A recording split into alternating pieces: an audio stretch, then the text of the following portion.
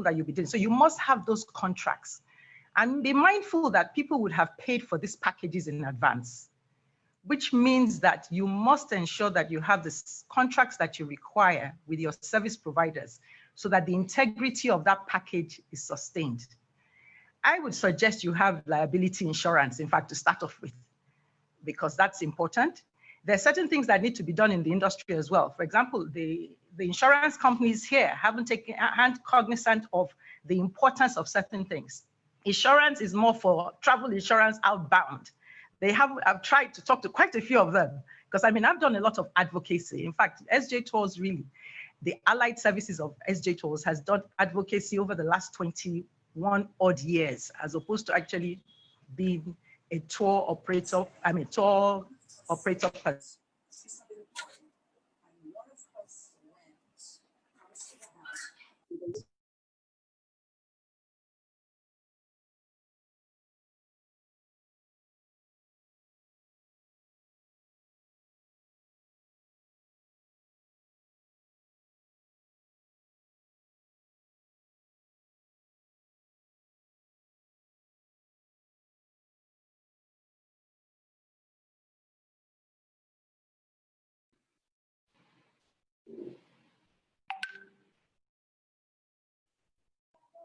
We seem to have lost Madam Gumbi.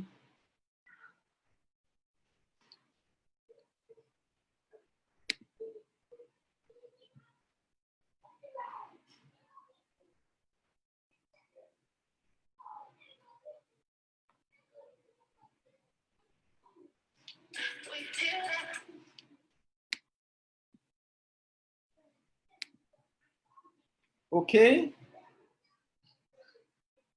So she was talking to us about the standards that tour operators need to basically keep so that we can have tour products that will compete with any other from any other part of the world.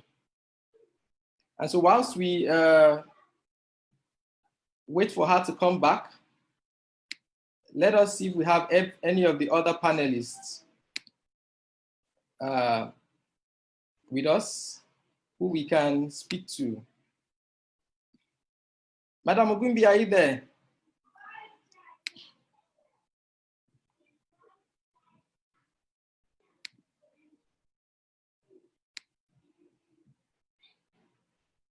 Okay, so we always have to battle with the network.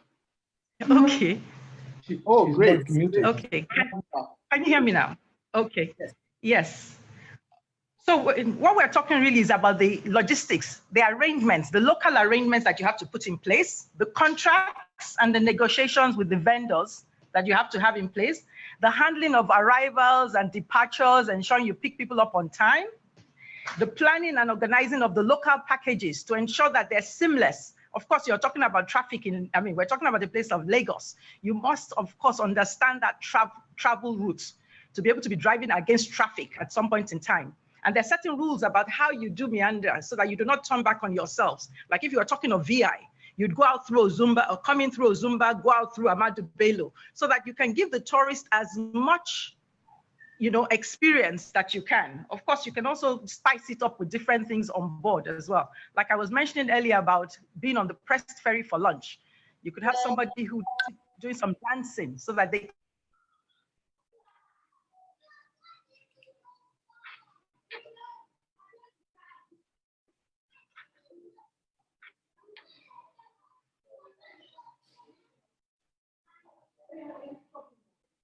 we must tell the real story. We must tell the real story. And then, of course, our costing and pricing, you have to be very careful because it's very easy to get that wrong. And then you either outprice yourself or you find out that in real terms, you aren't actually breaking even. You must ensure you break even with the required markup. So those are some of the things that you have to be mindful. I mean, there's quite a bit more things that you have to think about, but a proper understanding that what you're selling is an experience and it's also perishable. You need to have that, right there, up there, in your thought process as you're putting this together. Thank you so much, man. The next question will be, having looked at all of this, do you think we have good enough products for the domestic market, products that can excite Nigerians and that can make Nigerians to travel around Nigeria? Yes, we do, Efe. We do. I actually have 19 tour packages. You know, we do have packages for Nigerians that excite Nigerians. I would like to say, and I keep saying it, that we are as Nigerians. Okay, fine, let me take this. There are two sets of Nigerians, by the way. They're the elites and they're the people, and we have the people. The people are more committed to Nigeria and they are actually consuming these products. It's just that we haven't put it together. At weekends, if you went to places like Agege, Ikpaja, Akomojo, you know, you find out that people are actually out there. They're doing things. They're going in there to watch traditional sports, for example, which is an attraction. They're paying to consume it at that level. The elites seem to be looking for something a bit more sophisticated, which are also available. We have the Conservation Foundation, we have Nike's Art Gallery, we have the museums, we have Freedom Park. You know, there's so many. And of course, there's a lot of construction going around Lagos as well. I'm talking about Lagos now, not to talk about other parts of the country. But I've also always said this. We cannot sell everything we have. We do not have the resources to jointly develop everything at once. And it does not, and also it is not economically viable for a country either. Tourism in its first place should be thinking about we, the Nigerians, because what that does is that it helps community development. You're, you know, patronizing those things around your community where you live. Those are developed at the local government level and people patronize. Out of that patronage, you find people who are thinking of it now as a business and are willing to invest at that spot. That is how it develops. So there's several tourism attractions. And of course, we have our creative industry and entertainment. We have our festivals. But for people coming from abroad, you'd be surprised. We have a very simple product to sell. It's the essence of the Nigerian. In other words, we're talking about our culture, our way of life. That's what the foreign guest is looking for. To understand the Nigerian who goes abroad and solo sets up a business in a foreign land, despite all obstacles and the difficulties, and guess what? Succeeds. What makes them tick?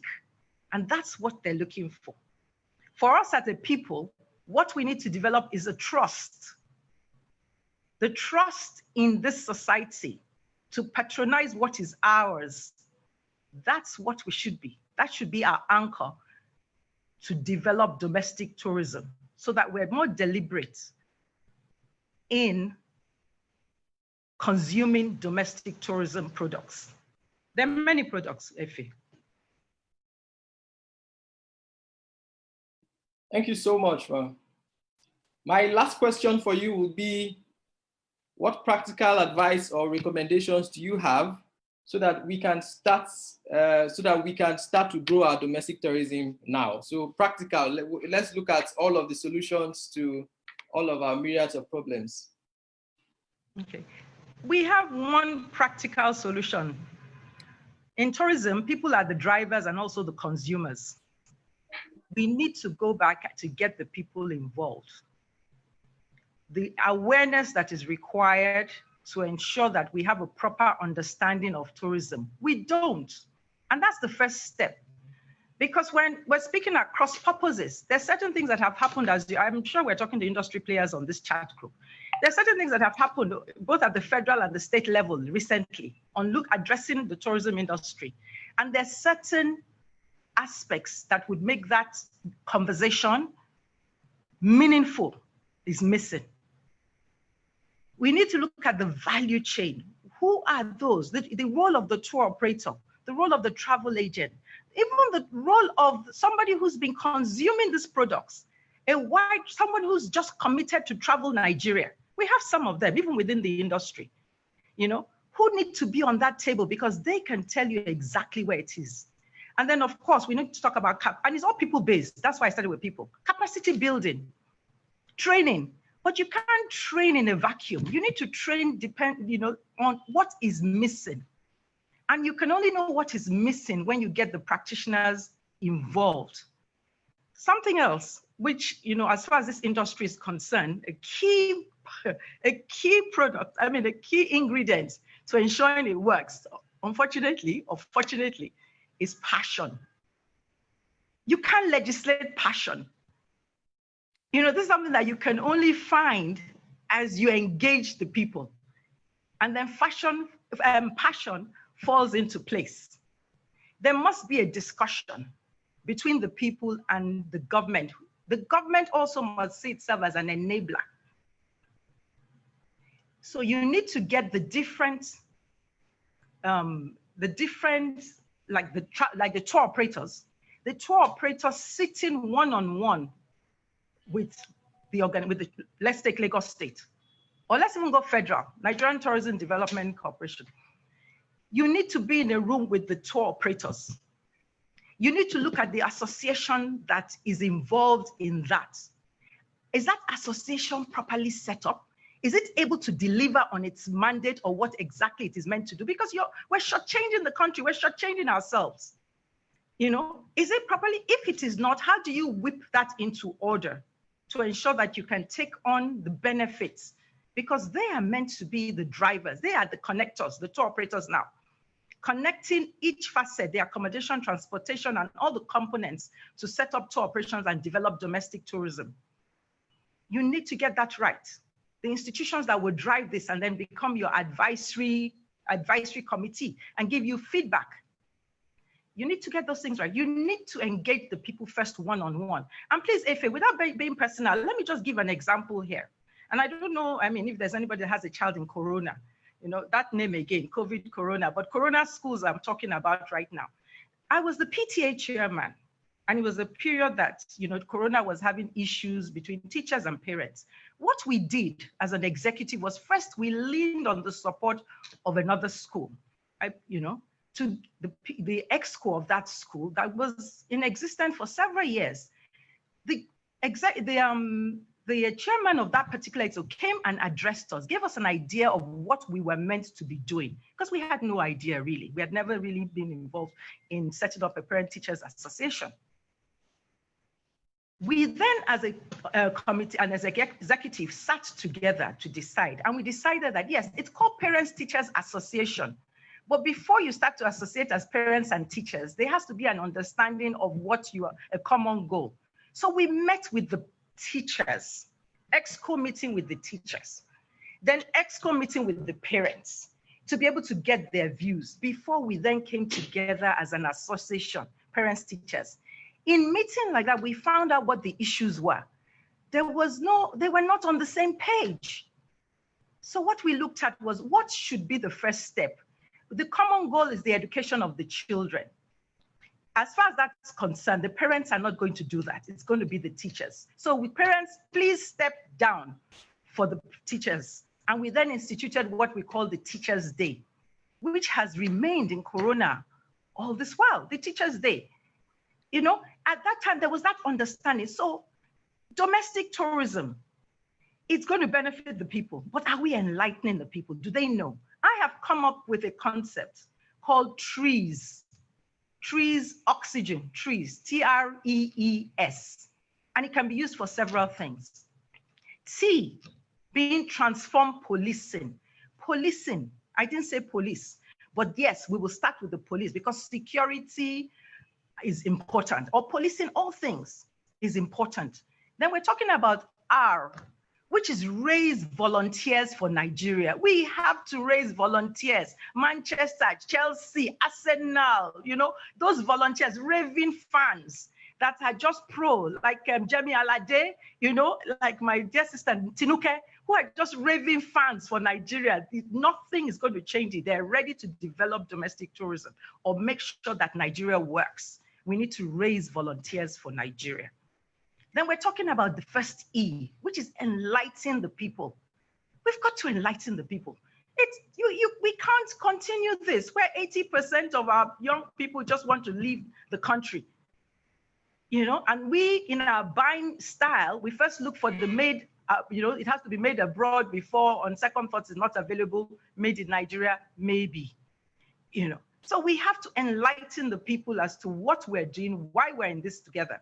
Then the second E is enrich the society. I first said enrich the poor, but then I was made to understand, because we've been developing this for about 2 years, that a society where you have to have your own generator, whether you're living in Banana Island or wherever else, you have to have your own borehole. It's not, we're all poor, So enrich the society. And in enriching the society, we're talking about the enablers. So leave government to please do the enablers. Water. COVID more than anything, Corona more than anything has taught us that the importance of water. Hygiene is so key. We're talking about road developments. Are we developing pavements, sidewalks? That supports the tourism industry. That supports the mobility. That takes, there's so many. This is what tourism does. It makes you look at things holistically. And then the S is sustainable and inclusive. Nigeria is not Lagos, Abuja, Kano. That is not Nigeria, please. Nigeria is larger than that. Nigeria is larger than that. And there's every part of Nigeria, the 924,000 plus more square kilometers of land mass is more than those cities. But all said and done, we go into bite sizes, starting from inquiries to the 774 local governments, find out what they will have, deal with your locality. What do you have in that locale? And try to ensure you educate your people on that, and they take it from there. I think that's what we need to do. The little pennies work. Traditional sports, we don't spend a lot of money. It's 50 naira, 20 nairas that we're spraying, sorry, not spraying, that we're giving as gifts, So, you're talking bite sizes, but this is an economy that works. So FA, really practical steps, chunk it down, get the people involved, adopt trees, as a checklist, transform policing. And as transform policing, if we decide on the police, make the police understand. Dignity of labor. We're talking about the environment. Go in there. Those people that clean up the streets, give them that feeling that they are doing something right. That's what was done in the Gambia. The Gambia cleaned up the place.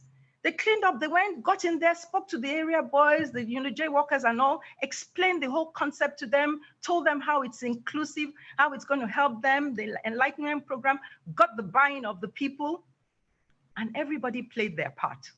Everybody played their part. So FA, I think really practical steps is get the people involved. We must get the people involved. We must get an understanding of that. And government must talk to each group one-on-one. Talk to each group one-on-one. Clean up the organizations that are not working right now. And then we'll then take it from there. Thank you, Efe. Thank you very much, man. So now we have a foundation. And just like Madam Ogumbi has said, we have what it takes to entice our local populace. 200 million people. What if we target 1% of 200 million people? Imagine how much that would mean for all of us. And let's remind ourselves that for every tourist who visits a city or a state or a locality in Nigeria, at least 10, 20, 30 other people benefit, because he stays in a hotel. The hotel has what's it called? Has a restaurant that has waiters, so people are employed. The hotel must buy food from local produce from the farmers, so people are gainfully employed. You go out, you are happy to shine your shoes. You're happy to buy Coca-Cola on the road, to buy banana. Imagine all those times when you travel and how much you spend.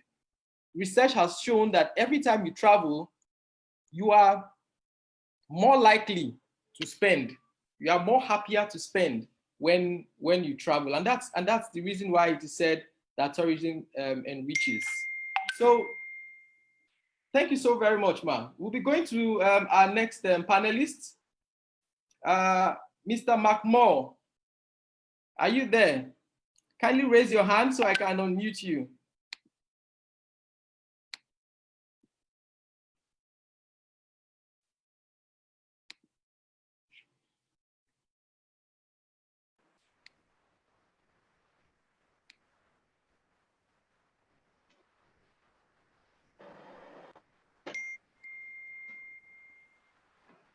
Hello, sir. Yeah, I'm with you. I'm with you. Good evening, everyone. Good evening. How are you doing today? Well, I'm doing very well. It's quite rainy, so I'll be struggling to hear you a bit. Oh, really? It's raining in Abuja? Yeah, it's raining at the moment. That's good to know. Thank so you so very send much. some of those blessings from Abuja to us after the meeting. So great. Thank you so much for all the wonderful work you're doing with Monthly Travels. Let me jump into the questions I have for you. So Nigerians seem to be in love with outbound tours. So for leisure, we're always thinking Dubai, South Africa, Ghana. These places are beautiful, and we're not saying nobody should travel out. But the stuff is, how can we start to sell Nigeria as a leisure destination? So what have you done at Monthly Travels? And what ideas do you think we can consider to start to sell Nigeria as a domestic, as a leisure destination? Thank you very much, everyone. I'm very happy to be part of this meeting to share my thoughts on domestic tourism, which is a field I have strong passions for. But I first would like to please indulge me to acknowledge my boss, who we were together formerly when I was in the aviation, Mr. Christopher Isaiah. I thank you very much. Much of what I have done today are things I've actually learned from him. So I welcome you and I thank you so very much. Now to go straight to the question which you have asked, you see, you cannot tell people how to spend their holidays or whether to live or to stay. But the thing is, there are certain push and pull factors that are responsible for why people rather spend their holidays outside the shores of Nigeria than to spend their holidays in Nigeria, which I think is part of the things we are here to address. So basically, what have we done as Motley in these areas? What we've done basically is having identified the fact that a lot of Nigerians don't even know Nigeria. An average or a few persons, a lot of people can tell you more about Dubai than they can tell you about Nigeria. You know, so that was the basis of which the idea came up. It's okay, look, let us pursue. There's a vacuum in domestic tourism in Nigeria. Let us pursue it and see what we can do, start up something, and see how we can develop this interest of people to come into what Nigeria has to offer as a tourism destination. So what we've done is we're able to curate different destinations across Nigeria. Now, when you say Monthly and you say Abuja, it's good. We are based in Abuja. But basically, we operate across Nigeria because just like Madam said earlier, Lagos only is not Nigeria. Abuja alone is not Nigeria. And if you want to sell domestic tourism in Nigeria, you cannot restrict your product or restrict your ideas to Lagos or to Abuja. So basically, we've been able to curate a lot of destinations across Nigeria. Now, the next thing we're able to do is how do we get these things, these packages, these products across to people? So what we've been able to do in that regard is to employ or rather engage a reservation system where we bring these store packages, directly into the palm of people who are willing to have holidays in Nigeria. So the reservation system makes it easy for people to book their tours and all of that. Now, talking about the push or the pull factor, people tell you Nigeria is not secure, the roads are bad, this and that. They'll give you 1,001 reasons why they cannot buy Nigeria or why Nigeria cannot be sold as a destination. So what do we do to solve this problem? So we're able to also involve the security agencies by way of getting security escorts attached to monthly from the force headquarters. So basically on all monthly trips, where you have the group trips, you always have a security men accompanying every trip. So that addresses and gives some level of confidence to the tourist who is doing a road trip, for example, to have an experience in and around Nigeria. Another factor is what is being done outside the shores of Nigeria when it comes to travel, tourism, is insurance. As mentioned earlier, insurance is very, very vital. Now, you don't want to take people on a tour and you are carrying the burden of, okay, there's an injury somewhere or something happens somewhere. What do you do? Basically, you just have to focus on the experience we try to give to the people. And what we've done in that regard is to work with insurance company to say, okay, look, on every monthly trip, you provide insurance cover for the tourists. So all monthly tourists are covered by insurance for injury, for death, for whatever. It's an all-inclusive insurance package, which we've been able to do. Then we also been able to work with the National Tourism Bureau, which is like a tour operating arm of the NTDC. So because if we want to do, while we try to do things individually or as organizations, we have to find a way to also involve the authority, carry them along, they see what we are doing, and let them know that there's a need to pay some kind of attention to what we are doing here. But basically, we also devise a means to say, Nigerians want to go, some of the Nigerians know about these places, but how to get to these places is a problem.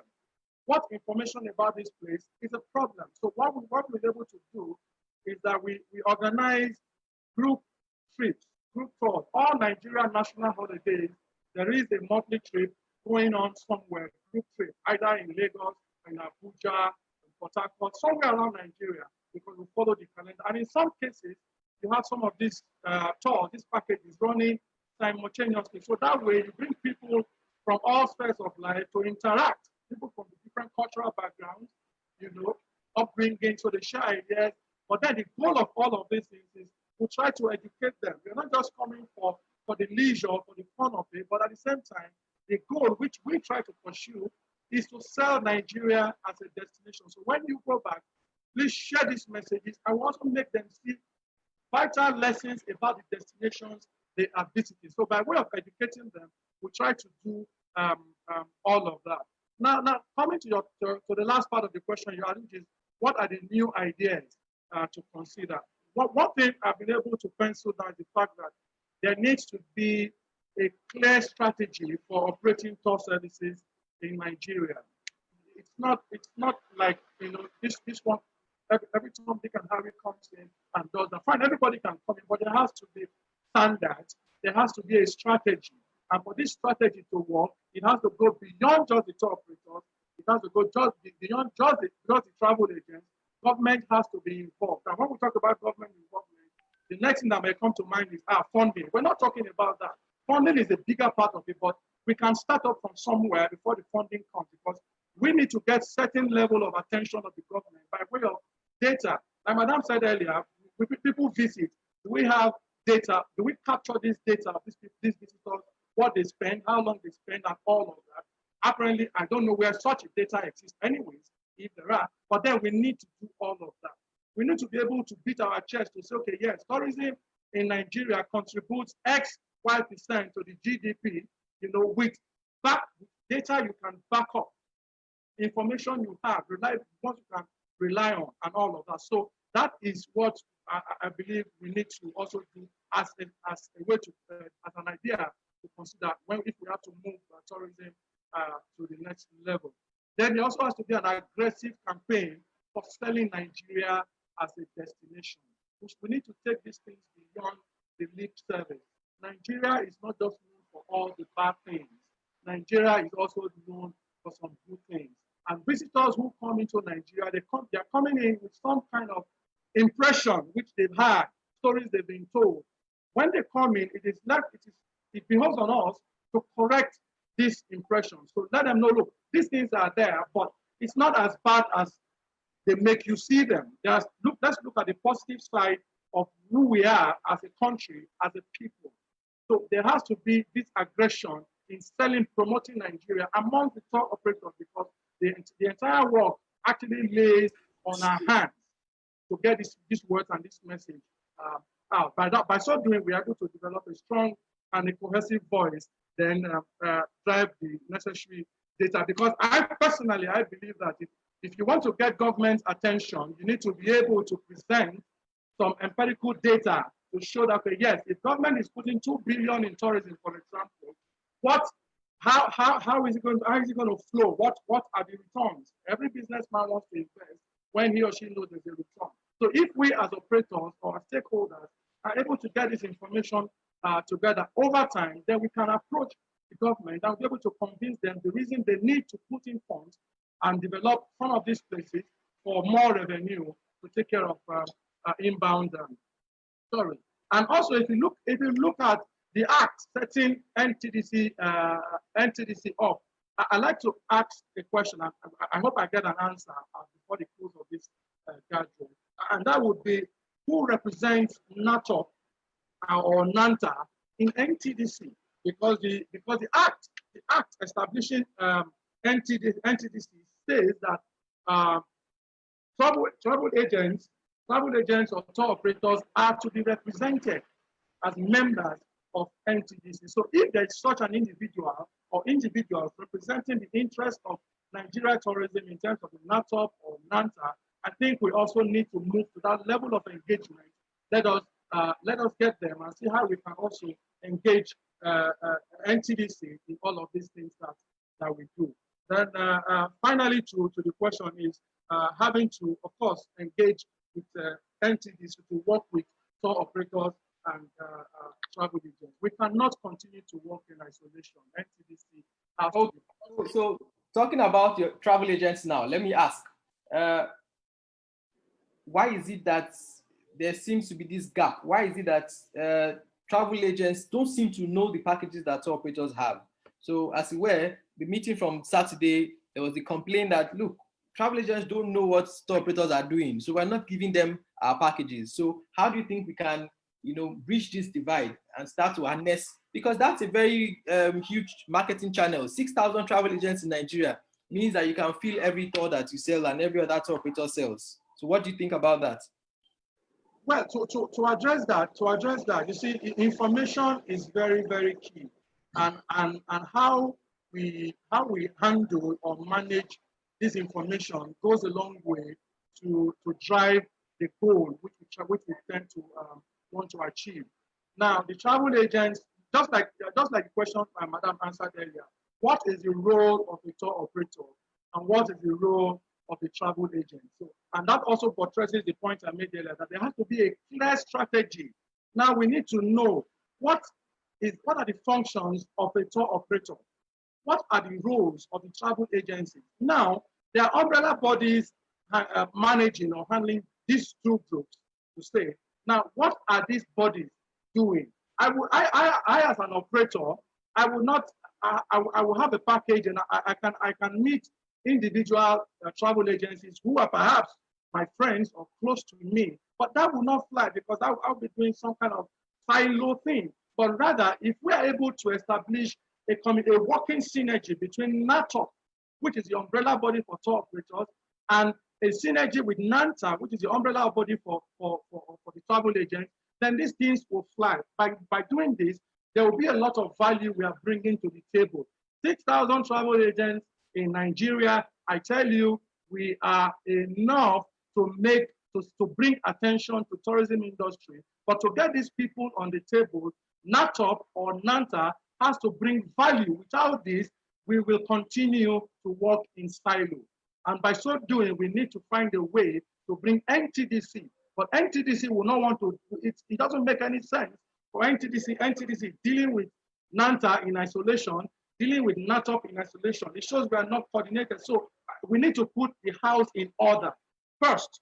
Then when we do that, then we are able to have one voice and approach the government and all of this would be done. So meeting, having one voice and having these things, the issue of how do we sell, how do we market, these things are going to be trashed out and ideas are going to be brought down. That way we know we are working we are all on the same page and we're driving home our goal, which is to sell Nigeria. And we all know what our respective roles are in this. So that's my submission.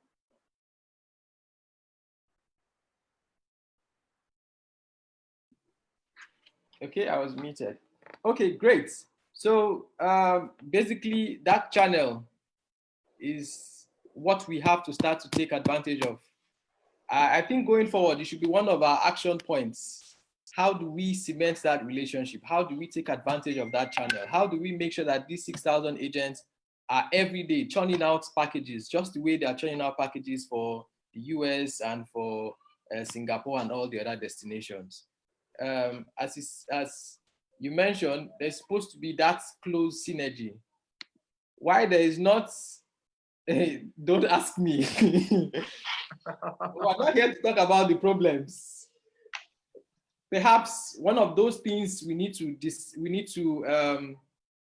decide or come up with at the end of this meeting today is what channel will we now follow? Since the traditional channels that we're supposed to be using are not working, what do we do? Because we must get action from this meeting, and that is why it's a meeting for tour operators and travel agents. I'd like to, at this point, see what questions there are from the house. Yes, before I go, let me please, let me recognize some of our VIPs in the house. Captain Ogisi, Captain Toby Ogisi, thank you so much for joining us. He was a former Director of Flight Operations for Nigerian Airways, and he was with us throughout the first meeting and is here again with us today. Thank you so much for giving us the time. We also have joining us the Zonal Coordinator for the NTDC for the Southwest, Mr. Rotimi Ayeton.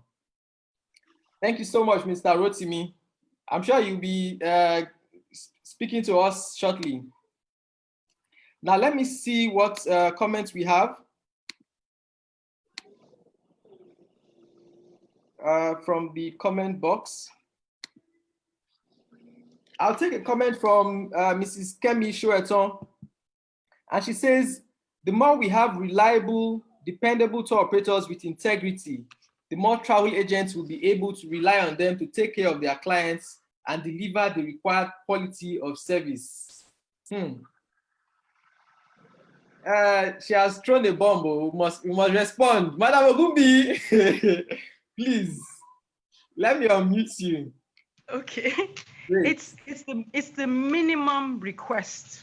I agree with her absolutely. That's important, you know, and which is why we need to clean up the association. Right now, a lot of us are doing business one-on-one. Yes, but that doesn't work for the country is the point. We're losing a lot of income. You know, we're not able to be on the map out there as a tourism, you know, product.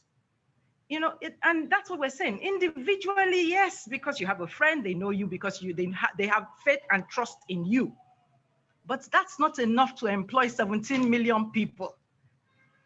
It's not enough to sort out some of the problems that only tourism can sort out. That's why it's unfortunate that we can't get the Millennium Development and these Sustainable Development Goals on chat and actually look at it. But I would advise everyone to go back and look at those SDGs and just see. We need to get this. We need to get this sector running. That's what Singapore used. That's what Gambia used. That's what France used.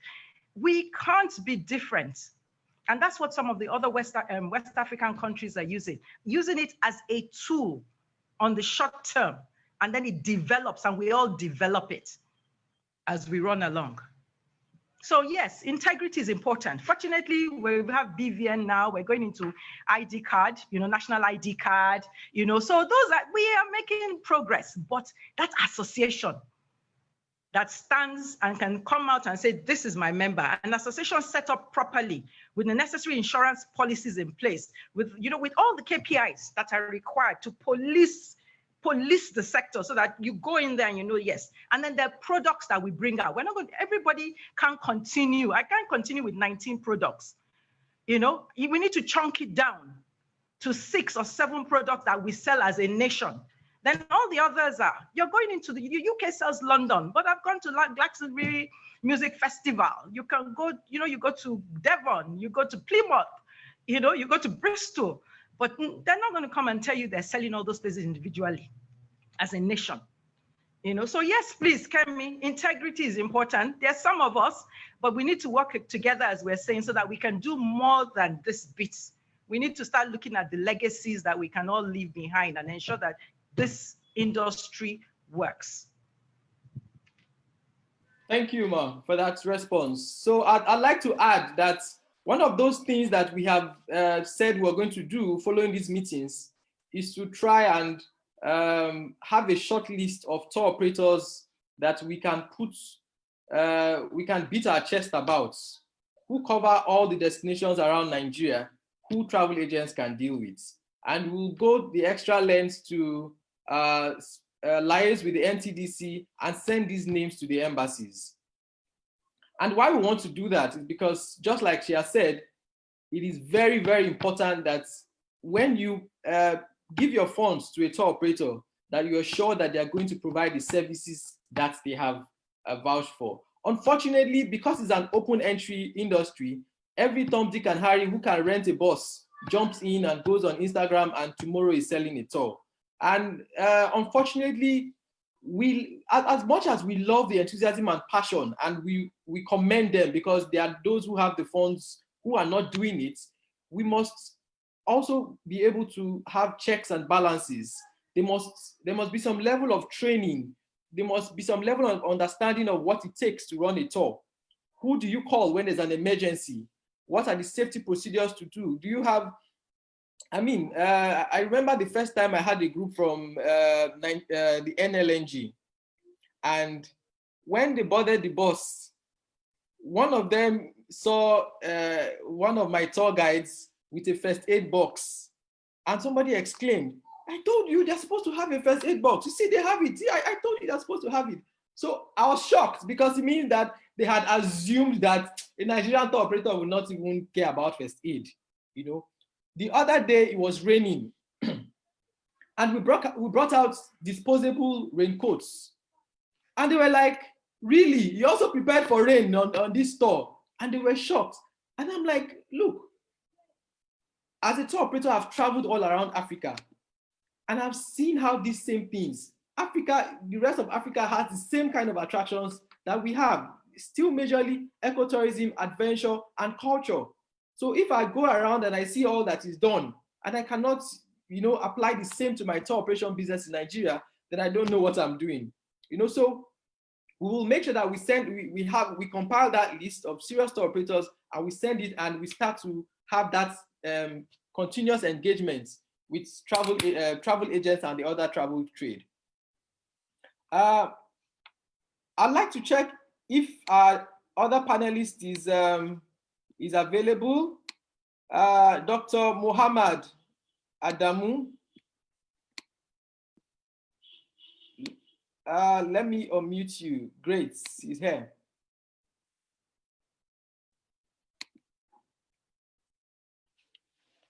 Dr. Muhammad, kindly unmute yourself. I'm trying to. Are you there, sir?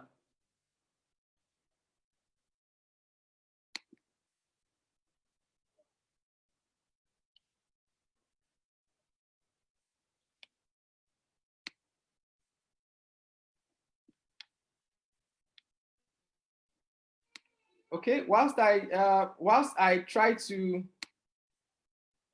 get Dr. He's here. Can you please raise your hand, sir? Okay, great. You are now unmuted. Can you hear us? Hello. Great. Yeah, I can hear you loud and clear. Okay, great. Nice to have you with us. So Dr. Mohammed Adamu is the tour operator from Bauchi. And this morning, when I thought of the phrase up north, I had to watch that beautiful movie about Bauchi called Up North. And we're excited to know that there are also tour operators who are showing us that beautiful part of Nigeria. And so thank you so much for giving us your time this afternoon. And we hope that we can start to take advantage of this kind of synergies. My first question for you, sir, will be, okay, so my first question for you, sir, will be, can you tell us some of the beautiful packages that you have around the north? That you're selling a unique part of the country. The topography in the north is far more, what's it called, amazing than that of the south, as we know, with the hills and mountains and all of those. So can you tell us some of those beautiful attractions and packages that we can get to enjoy around the north, especially Bauchi?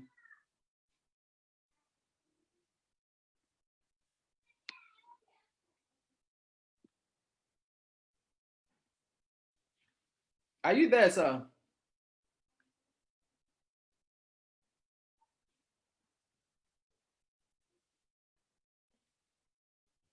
Hello?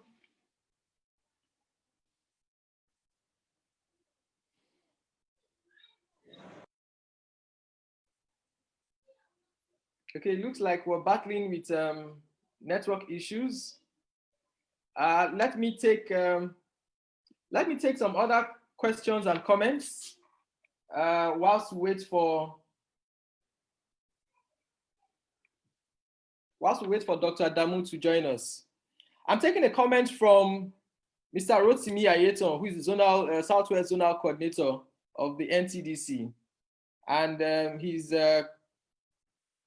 question is concerning safety and security for operating tours in Nigeria. And he says, with the indiscriminate way the Nigerian police carry out their duty on Nigerian roads, it is high time that the Nigerian Police Department is made a stakeholder when discussions like this come up.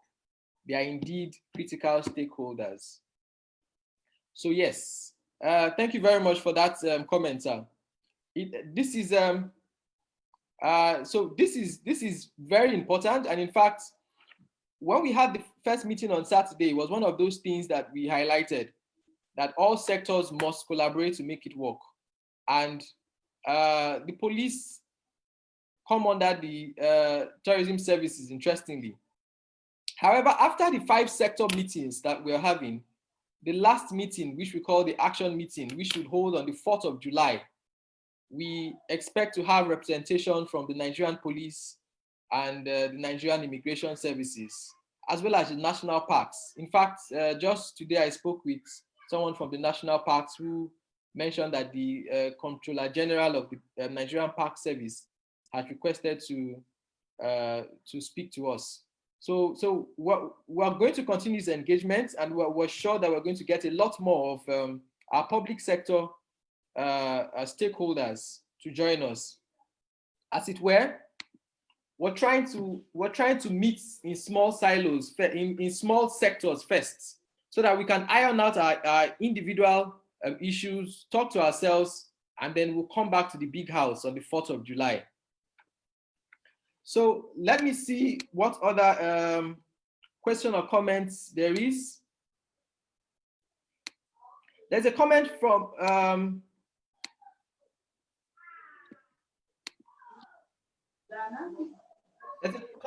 Mr. Sahid Adeleye, who said,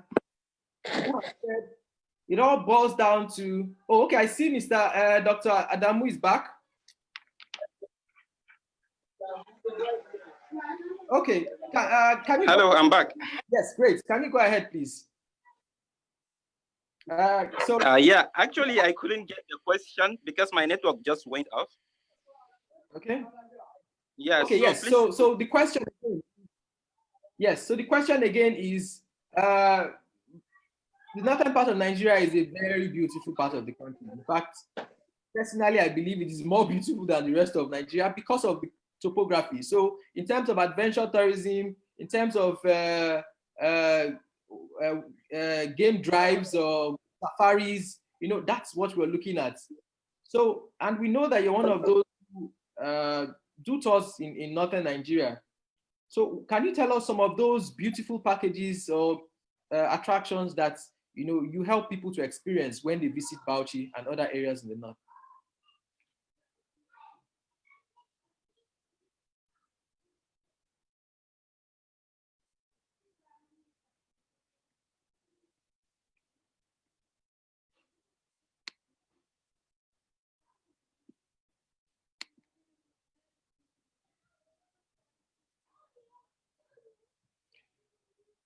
Okay.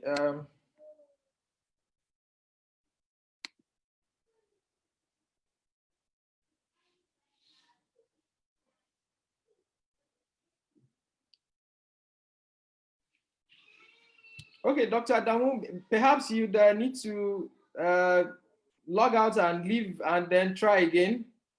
We still seem to be having a problem with your network. Let me take comments from the chat room. I'm taking a comment from Mrs. Bumi Aremu, who says, training and customer service is also an important aspect of tours.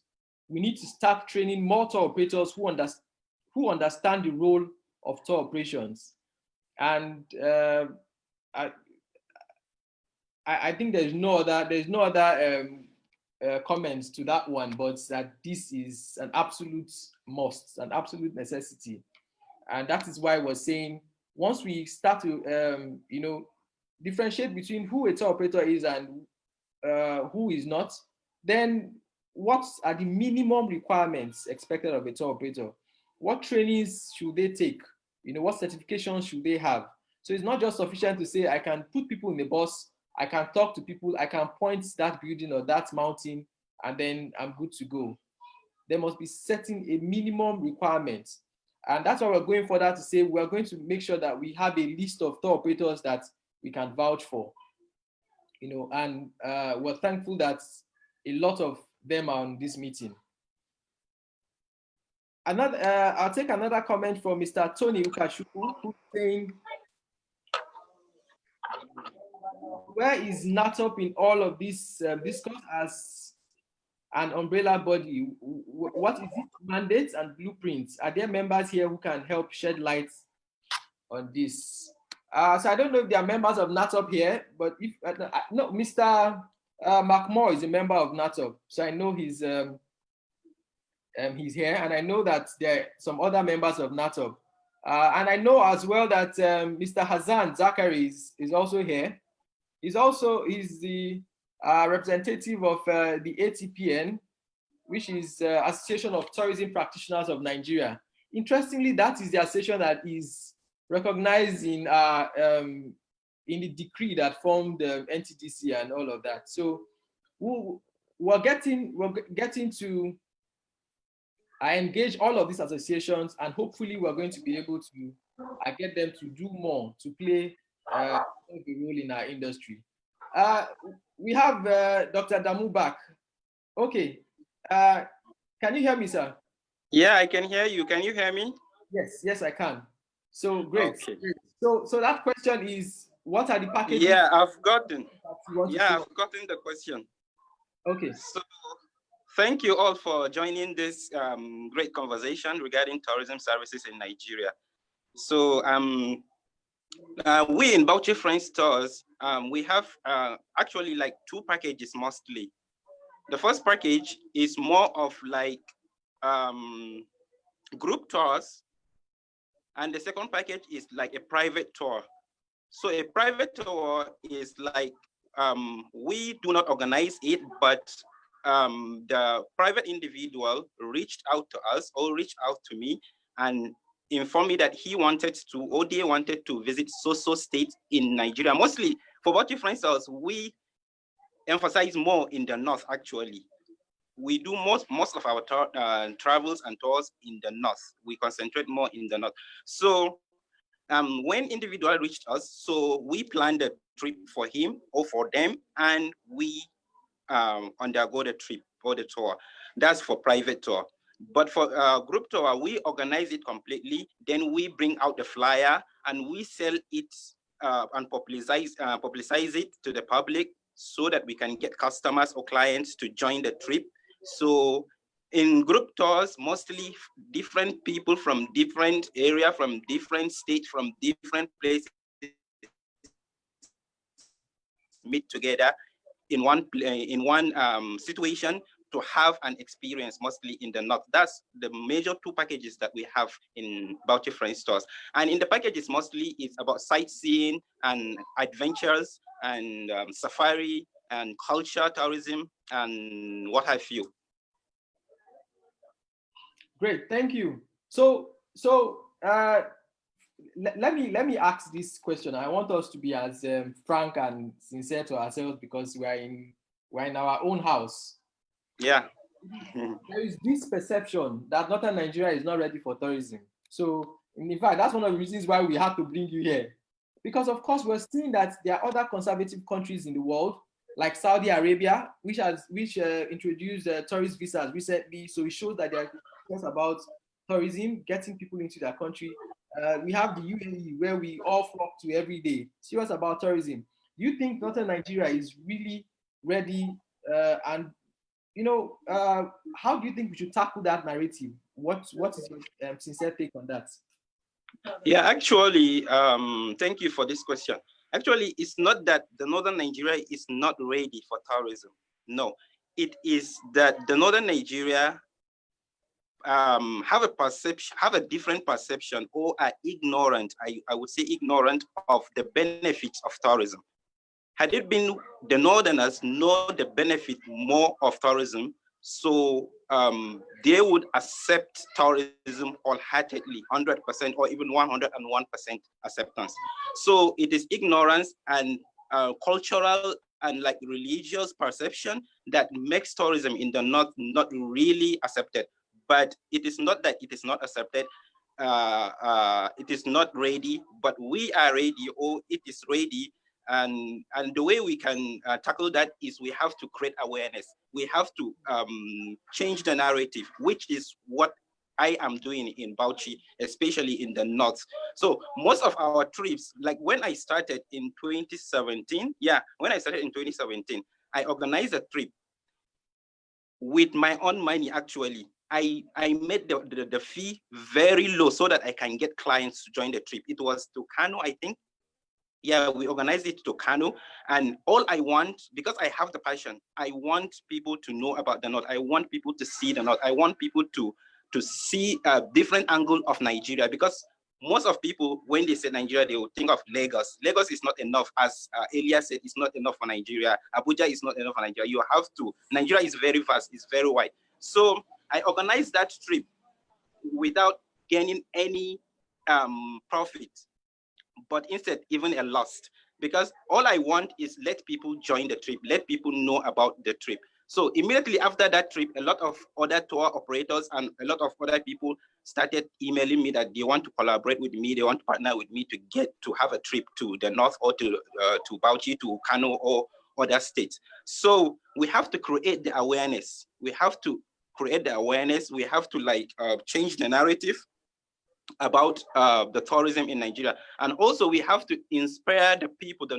northerners in Nigeria, that travel, for example, in the north, when you are traveling, their perception is like you are an irresponsible person. Yeah, so, and which is actually not true. Yeah, so we have to change the perception. I am a lecturer, actually, so I am into this fully. I'm a lecturer. I am into tourism because it's my passion. So that's why I'm trying to change the narrative that everyone can travel. You have to know your backyard. Many of people don't know their backyard, and they think that they have the perception that tourism is only for those that have money, or those that are irresponsible. So that's why I'm trying to change the narrative to show to people that no, tourism is not like that. You can travel, you can have wide knowledge in travel, not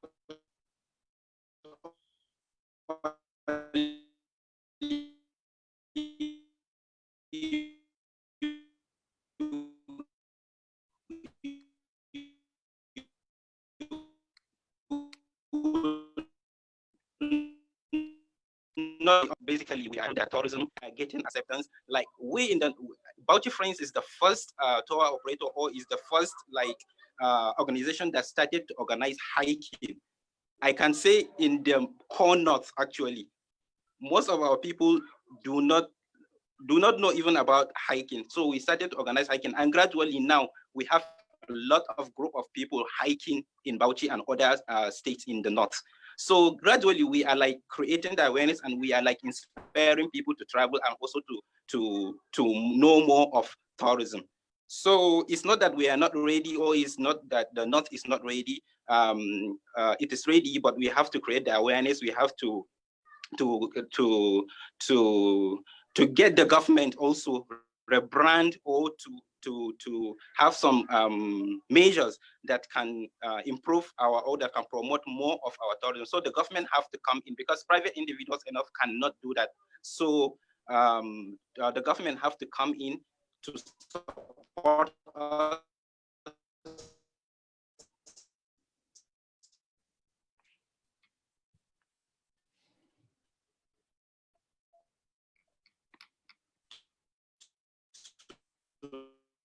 to the northern Nigeria tourism. Just not Bauchi, actually. So I believe the former governor of Bauchi State has some stake in that movie, and it was sold so so quick, and they gained a lot of income through that that movie. Great. So thank you. So what has been your experience with government and traditional rulers? I'm sure you must have had to engage with them whilst preparing your tour packages or whilst taking people around.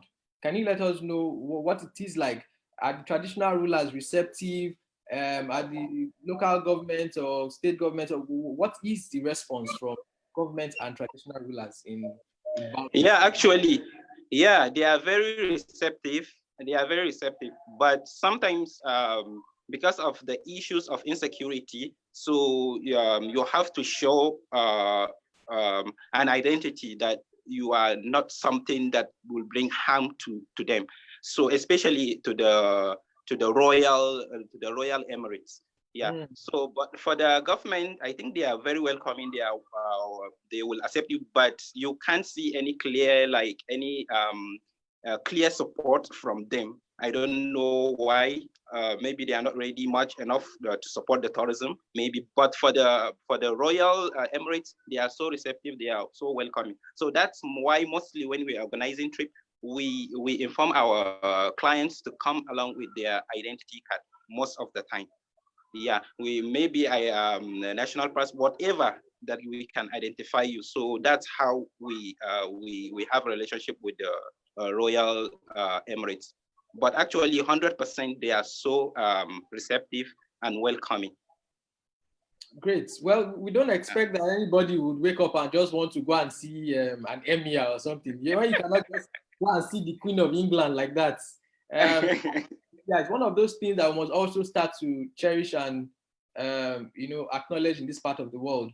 So it's great to know that they are receptive, and of course, it's important that we always are security conscious. Now, the last question I'll have for you is, what practical advice do you have for domestic tourism? What do you think we need to do to drive domestic tourism going forward? Okay.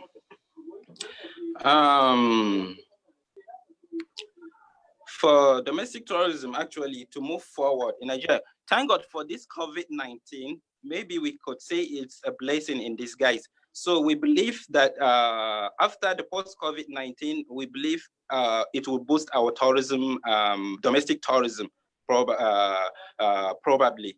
So because there will be a lot of restrictions going outside Nigeria, because Nigerians, they prefer to go out more than to explore their backyards. So I think COVID-19 will be like a blessing to the domestic tourism. So we have to utilize it to boost our Nigerian tourism.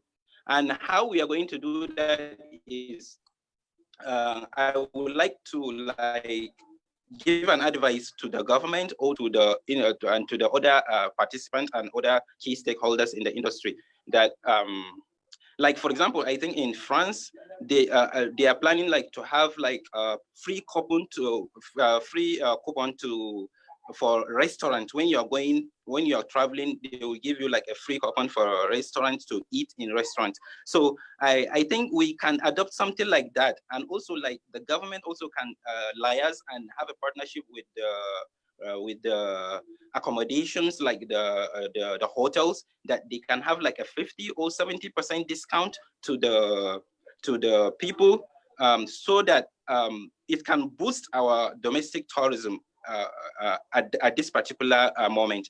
And also, and for we, like the tour operators, for like myself, I'm ever ready to give a free tour to any person that is coming to the north.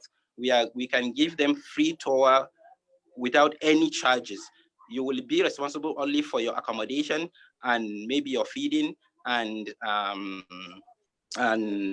maybe the gate fee if there is. So we will give you a free tour guide and free service after this COVID-19, maybe for 1 month or 2 months. So that is it. So I would like also the government, like we have so bad infrastructure. So the government have to like improve the infrastructure and also the security. Yeah. For example, in Bauchi, there is this Sumu Wildlife Park that there are a lot of wild animals like giraffe that you can go on safari to see them, and you could even go closer to them. So could you imagine that road that leads to that Sumu is untarred? Could you imagine? So the government is not like supporting the sector. Actually, it is supposed to be a good road that can lead people to that particular park safely, but it's untarred. And also it is a village that I don't know how even to describe it, that some people may even think it is unsafe, really. So the government is not supporting. Actually, they have to like support the tourism sector, even by providing all this infrastructure to support the tourism. If they cannot provide some fund, they can provide the infrastructure for the tourism. And also, I think that we should be like a collaboration or like a synergy work between the NTDC, the Tour Nigeria, and the tour operators. If there will be a synergy between these three, I think we will have a seamless operations of tours, and it will boost, I think, domestic tourism, and it will support more of the tour operators in Nigeria. I think those are my key, I think, advice, I think, to boost domestic tourism in Nigeria. Thank you very much, Dr. Damu.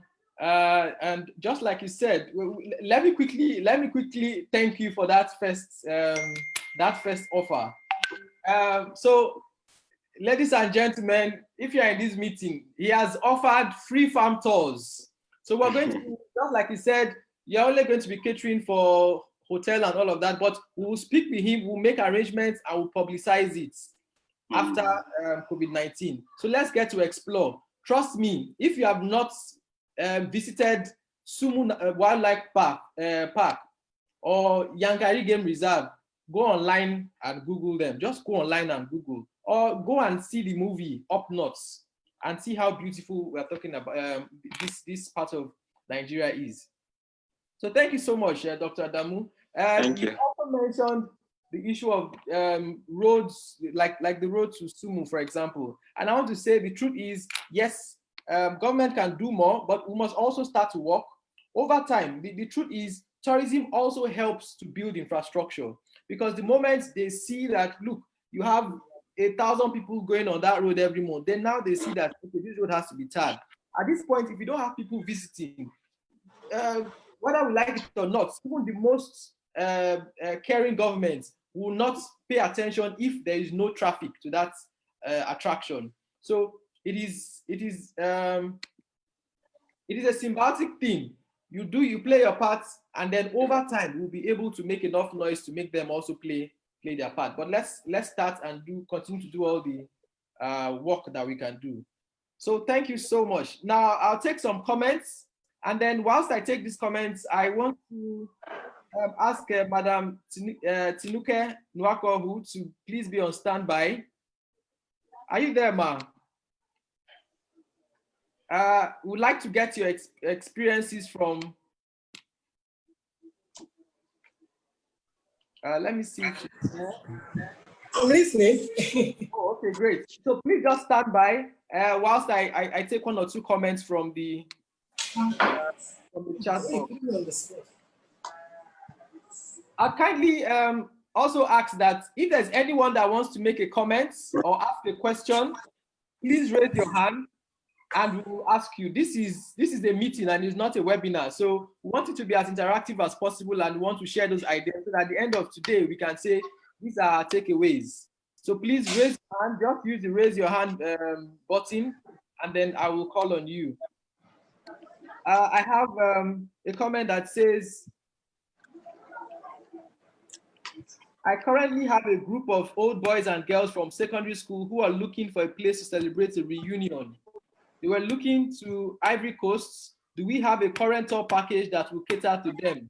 If yes, where can they go to preview? Trust me, there are myriads of tour operators in this meeting today who have packages that will excite schools. I mean, the last time I visited the Lumi Waterfalls, there were buses from schools as far as Plateau State, as far as Katsina State. Young people are the ones enjoying our tourist attractions the most at this point. So there will be a lot of activities that will attract them.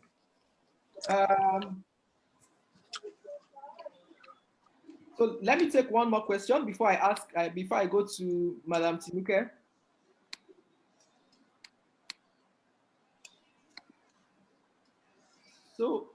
So many associations. I'm taking a comment from Marianne Onoha of Bella Maria Travels, I believe. So many associations without blueprints. We need to spell out tour operation and get a committee on ground to integrate tourism in Nigeria. We'll do our best. We'll do our best. What we have said, and thankfully we've been getting so much support and participation. We'll try as much as possible to take this beyond the meetings to make sure that we have not just a list of tour operators, but also a way to start to engage ourselves. Perhaps a Telegram group where we can continuously share messages, because Telegram, of course, takes as much as 10,000. So all those tour operators and travel agents who are interested in selling Nigeria will have somewhere where they can go. You can throw your packages in there. And so long as there's a commission for the travel agent, I'm sure 100% they will be willing to sell. So a question from Mrs. Bumi Acha. Can Dr. Adamu name some of the tourist areas that his group tours cover, please? Okay, I'm sure we mentioned that afterwards, perhaps after your question came.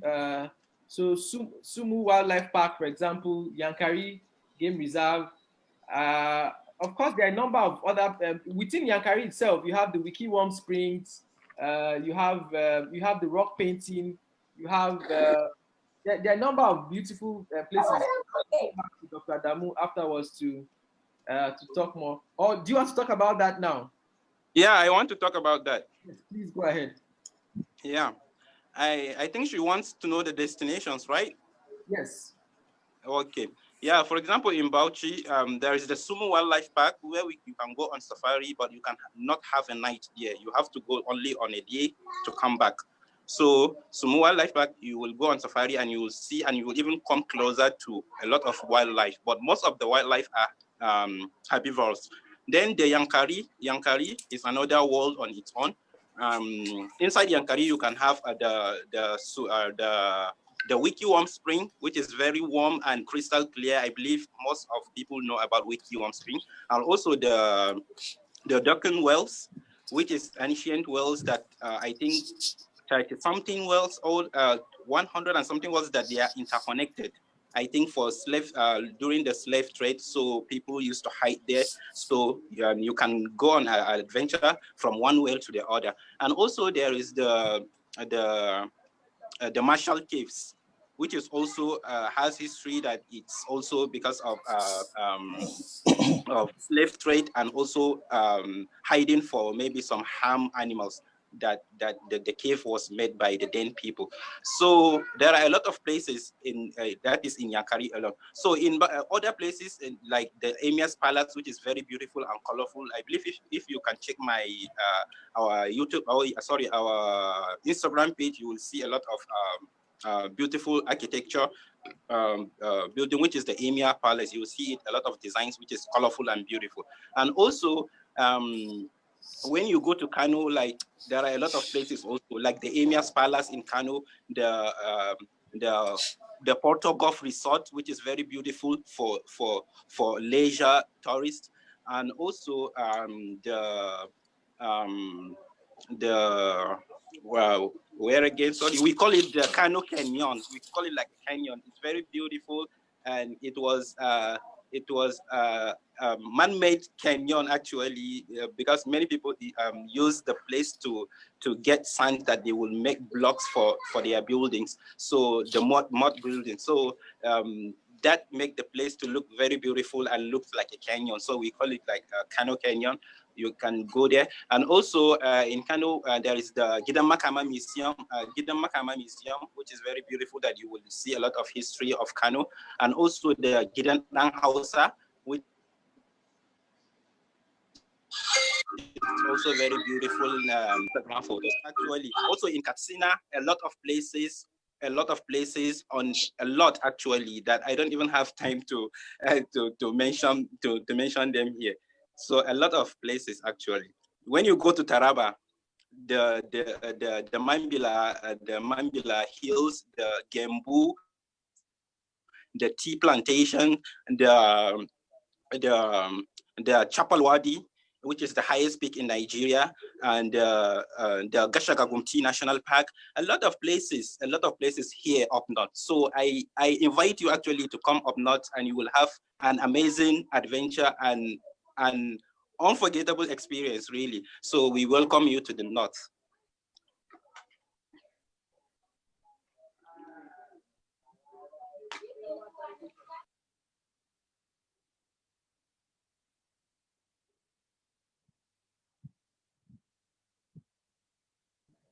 If you unmute yourself.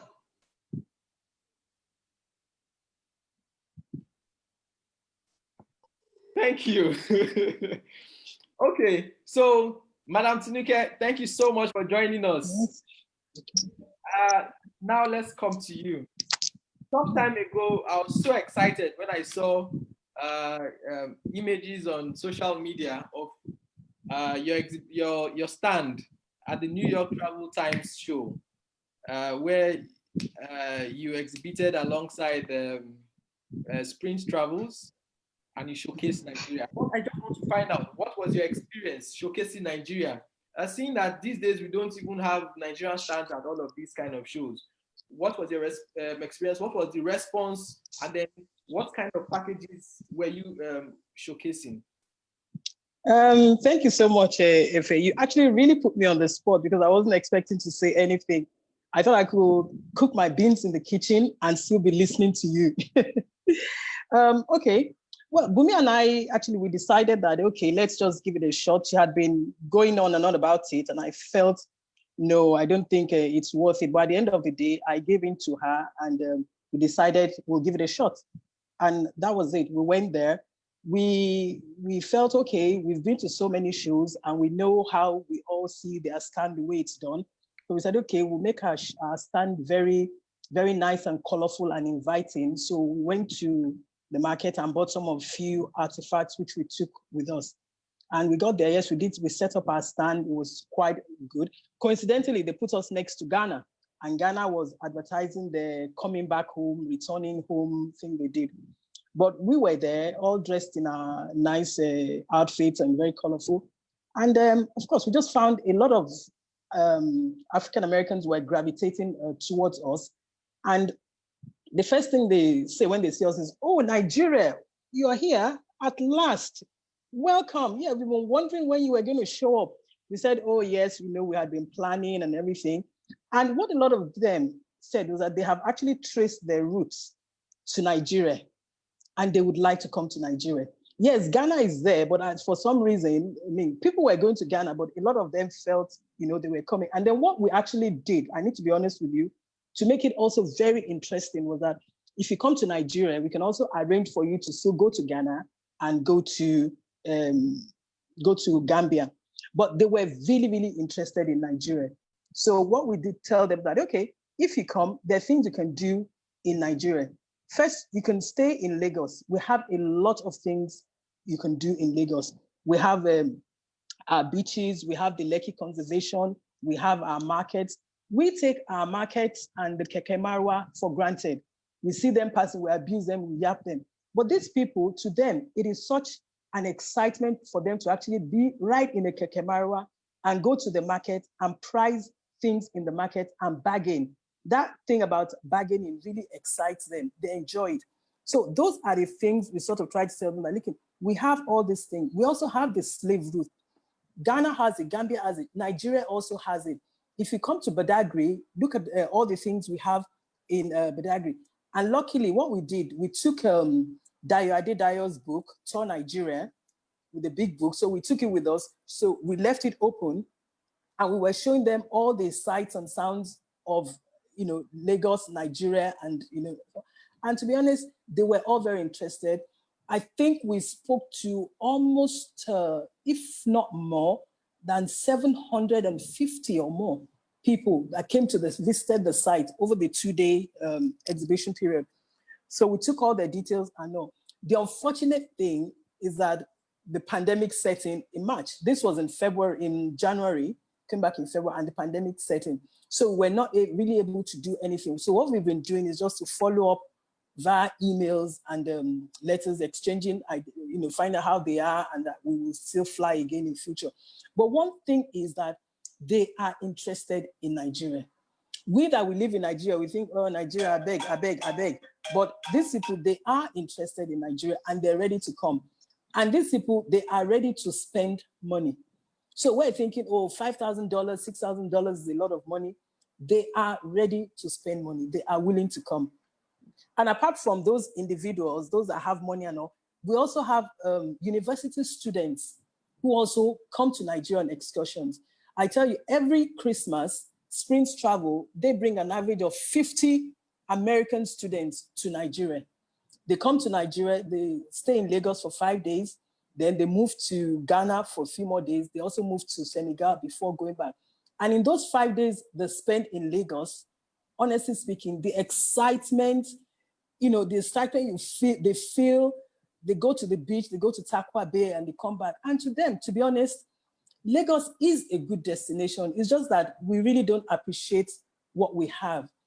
And then again, before I round up, to go to what Abiola said, you know, the government, they need to be passionate about this thing because FA, you know the way you are.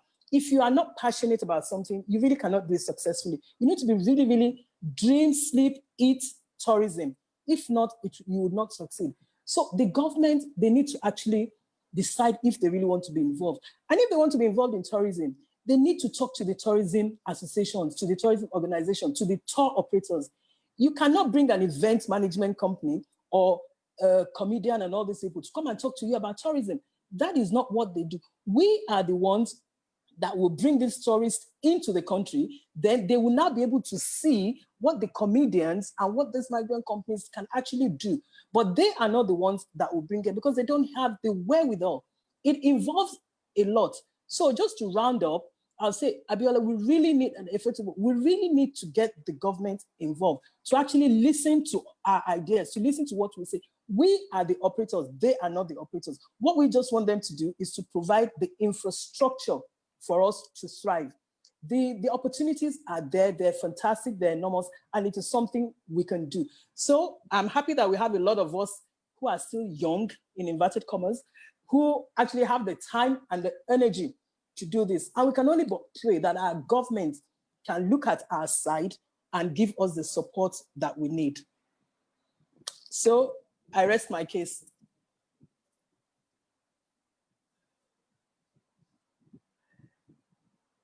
Efe Tobo, you need to unmute yourself. Unmute.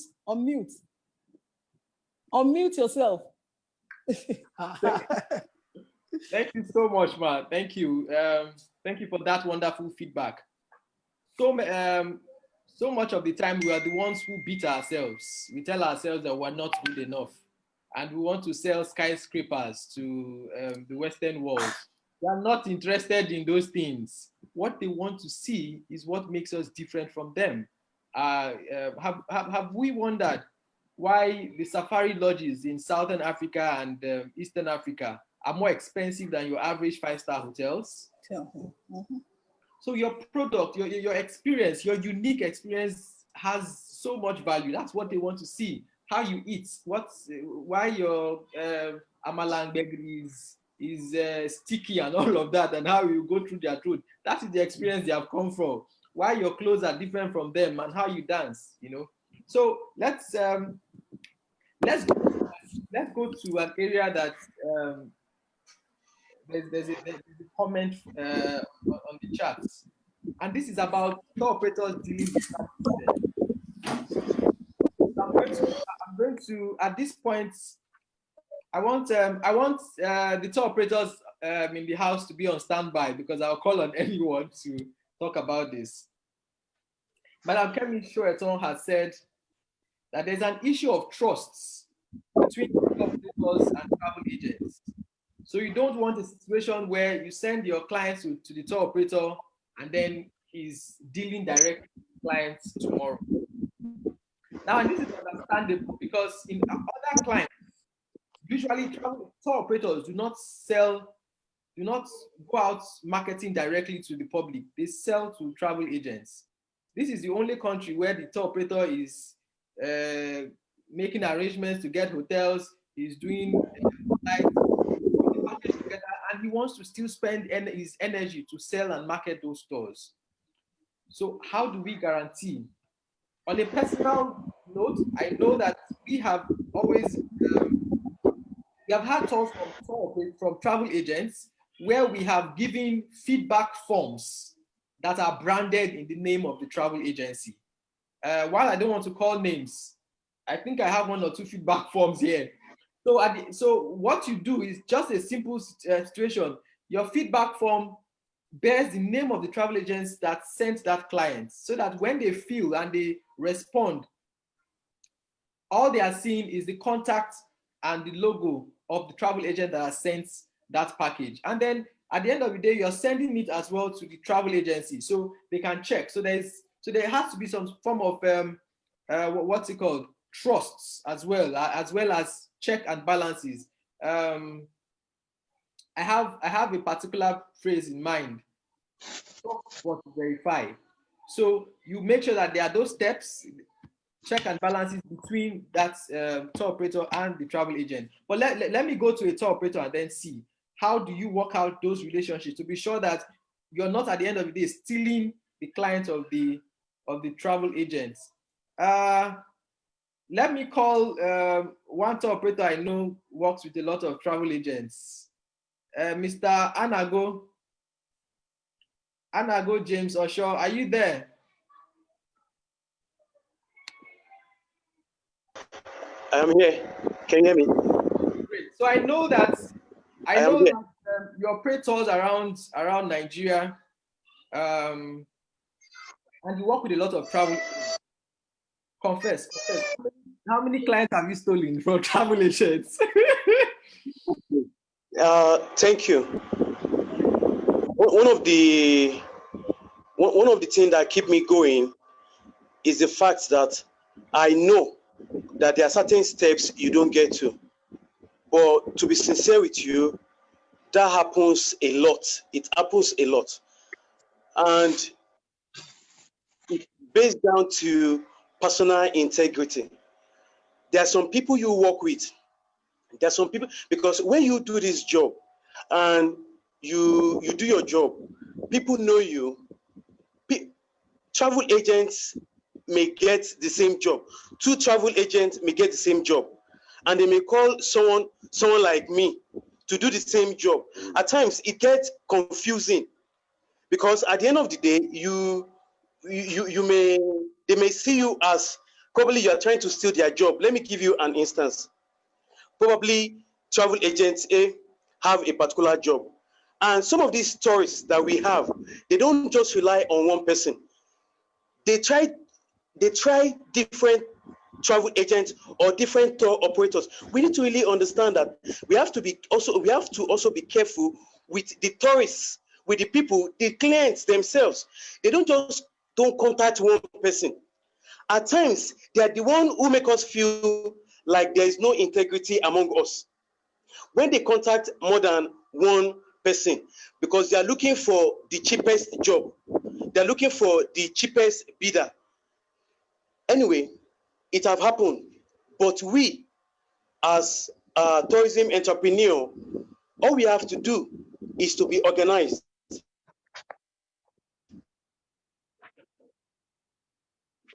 And we must understand our own operator agency must understand its position as a travel agency. A tour director must understand his position as a tour director. A tour manager must know his work as a tour manager. All these things are important for us. It won't allow us to step on each other's toe. But above all, integrity is very, very important. The opportunity that we have in Nigeria is very, very broad. Is very, very broad. We keep talking about government. I think what we just need from the government is to give us an enabling environment. But what we are doing right now is a very good step for us to really understand, package ourselves, and do what we have to do. Because when we do what is right, when we do our own thing, even though we still need the government, but when we do what we should do, they see us as serious people, then they want to call us and they want to hear from us. But it is important for every one of us to know our position, to know our duties, either as tour operator, travel agents, tour director, tour guide, tour manager. It is very, very vital for us to know where we belong. And we need to spread it. We need to spread the goodies. We need to spread the opportunities among ourselves. Thank you so much, Mr. Anago. And just like you have said, the key word here is integrity and everyone knowing their roles. And that's why we're having this kind of meetings, so that we can speak to ourselves. And over time, because we're not going to be able to do everything here, I can see comments that from the chats saying that the Telegram group will be very, very important. And yes, we're going to set that up so that we can start. It will be a group for tour operators and tour guides and travel agents so that we can exchange packages. And then we can start talking about commissions. One of the major problems I have personally found out is that because a number of the tour operators or tour curators that we have do not have training for the industry, a number of them create packages without creating a leeway for the travel agent. So when you create a package and you're trying to make it so cheap so you can sell, and then you don't have that markup, that buffer for a travel agent to get his commission, then that becomes a problem because then you can't sell through them. But everywhere else in the world, tours are created in such a way that there's a buffer for the travel agent to get his commission.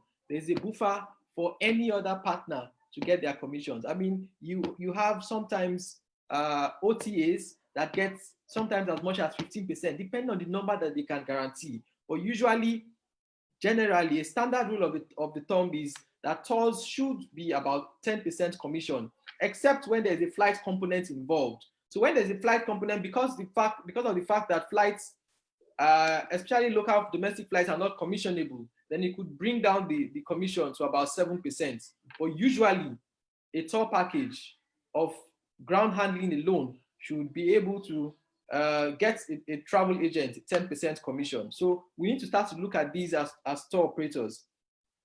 Now, I can see that Mr. Rotimi Ayeton from NTDC has his hands raised up. So I'd like him to speak at this point.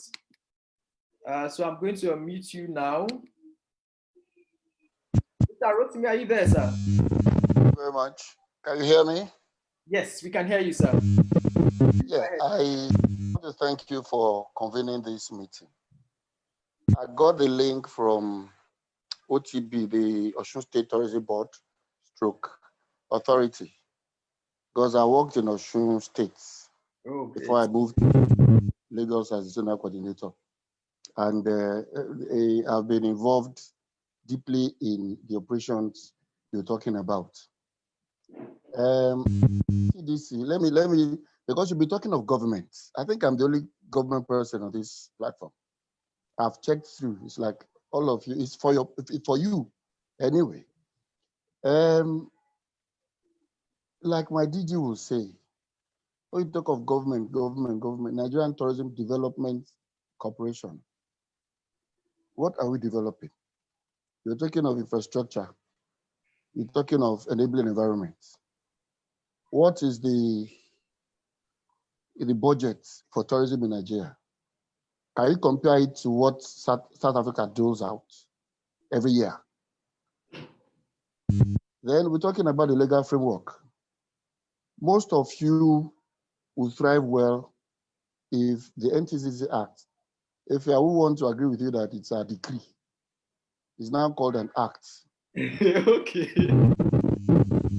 Because we're in a democratic dispensation, so they don't call it decrees, but it is not enforceable. That's why we're trying to bring up another bill, but it didn't fly because they packed in so many things. As soon as I saw it, I said, this won't fly, and it didn't fly. They are doing the adjustments. You know what I'm saying?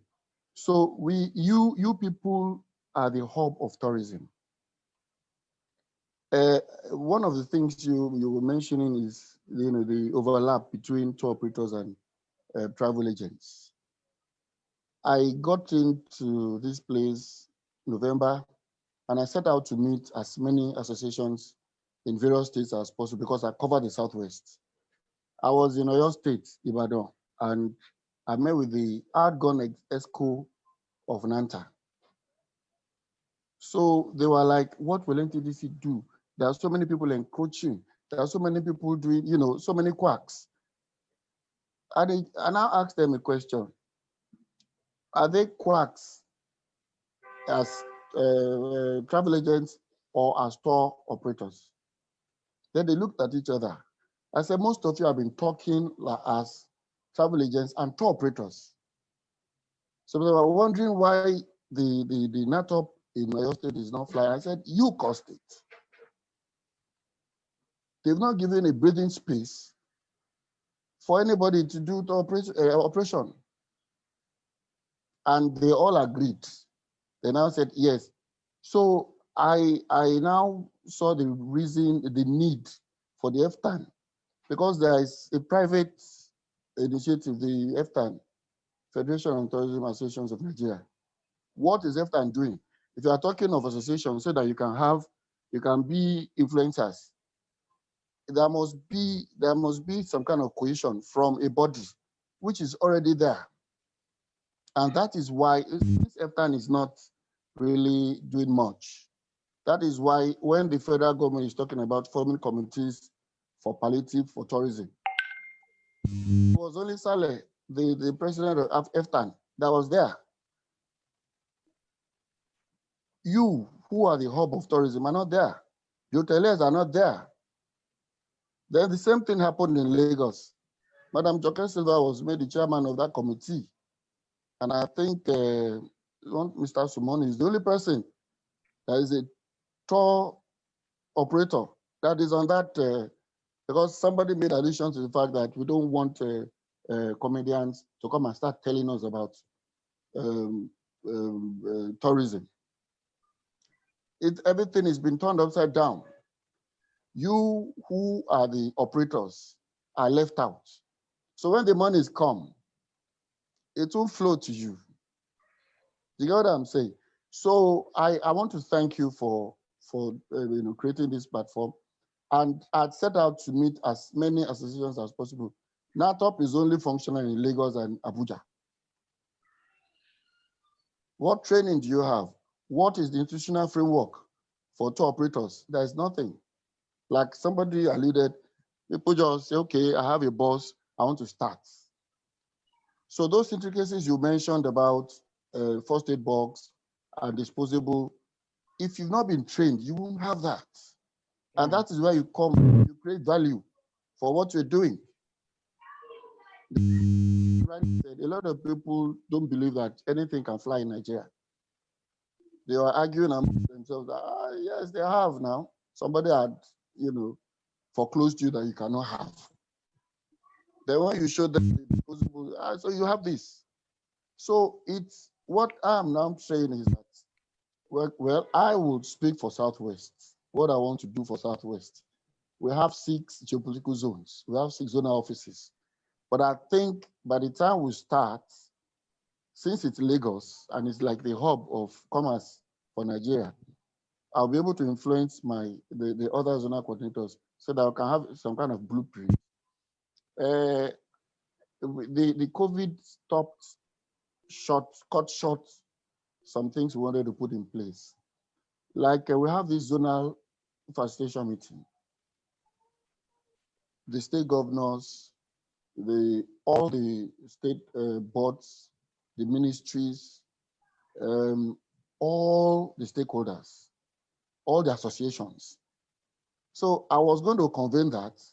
Lagos had agreed to take it up, but COVID came in. You know what I'm saying? So I have decided we need to see FTAN.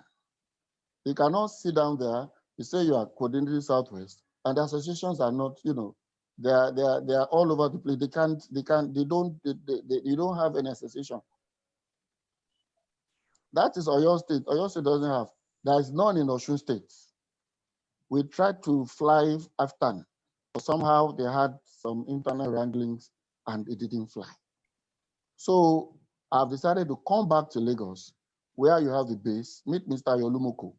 He is the Vice President Southwest. How can we get the associations together so that I can have, your own say? When things like this happen, COVID is there, government wants to raise palliatives, but they are just going to brush you aside because you don't have a stand. And that's why I'm paid. I saw it because I'm that kind of person. I want to see who are my stakeholders, what can we do together and stuff like that. But with this is a subsector of tourism. The hoteliers have had theirs.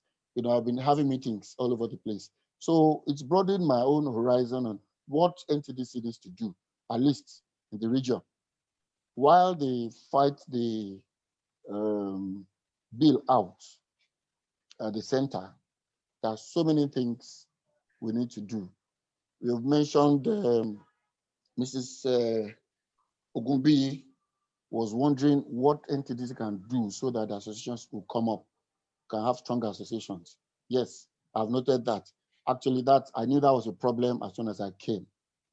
Then somebody was mentioning, I think Mr. McMahon was mentioning a national travel bureau. We have a national travel bureau, and we have trained officers. It's supposed to be like a model, but you know how government is. Yes, in Abuja, yes, they have a synergy with tour operators. But here, it's been the tour units alone. They've not really reached across to that is going to stop, because I know with links with all of the stakeholders, then a lot of things will work. So there's little government can do. When President Obasanjo was there, he saw the need for synergy between ministries. He set up the Presidential Task Force, and he was the chairman. I don't know if you remember, Ministry of Works, Communication, Internal Affairs, because of customs and immigrations, FAN, all of them were all there working, and that was when you saw things happening. But if the government at the center is not really showing any interest, somebody said it's all to do the Canadian president, talking about the culinary art in Canada, and with so much passion. If you have somebody at the center who has such love, such passion, then we're starting. So let's believe God that post-COVID, there will be new rules of engagement.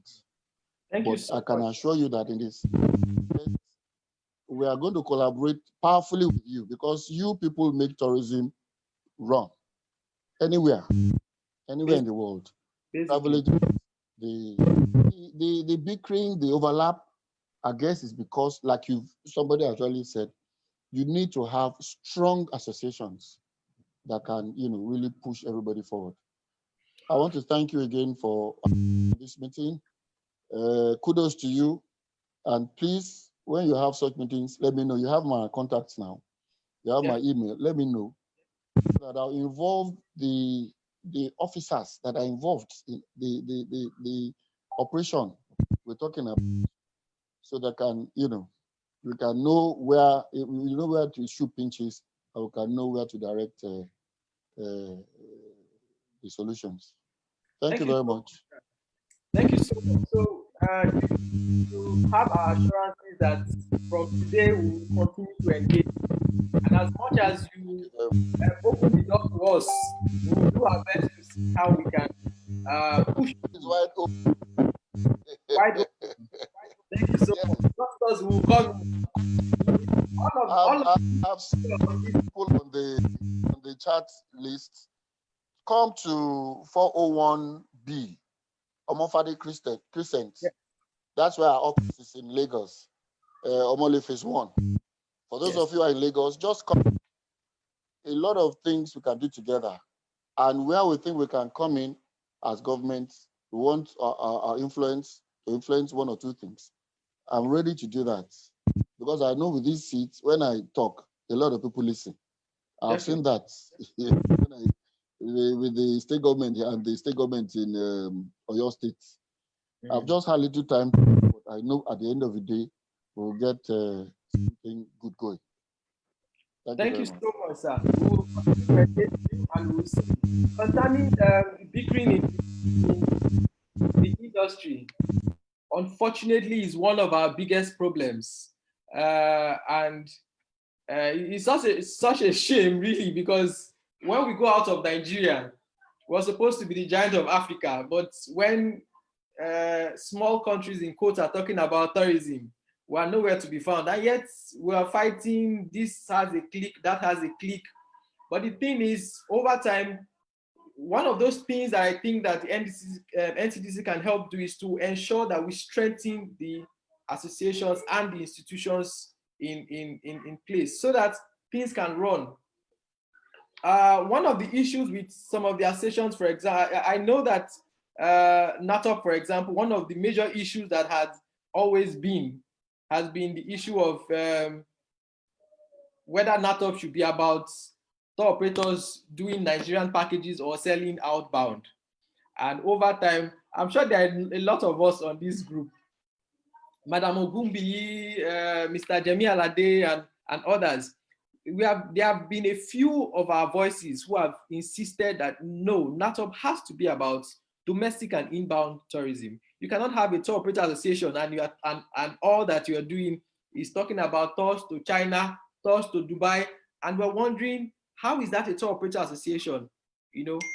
I mean, it has to be about Nigeria. The soul of the NATOP constitution, the original NATOP constitution, which was drafted by the likes of Mr. Jemi Alade and Mr. Tourism, Matt Da Silva, the very first page showed that NATOP is about promoting tourism in Nigeria and influencing government policies to destination Nigeria, and not the other way around. But we'll continue to have these engagements, and hopefully we'll be able to do what we can. We know that it's a long journey. It will not happen in a day, but we'll take those steps and we'll get there definitely.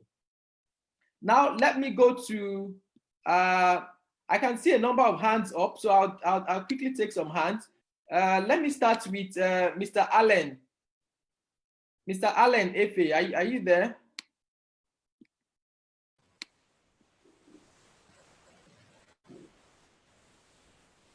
Mr. Allen, if you are there, say hi, please.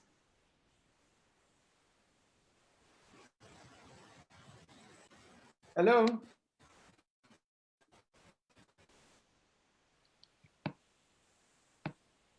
Mr. Allen, can you say something?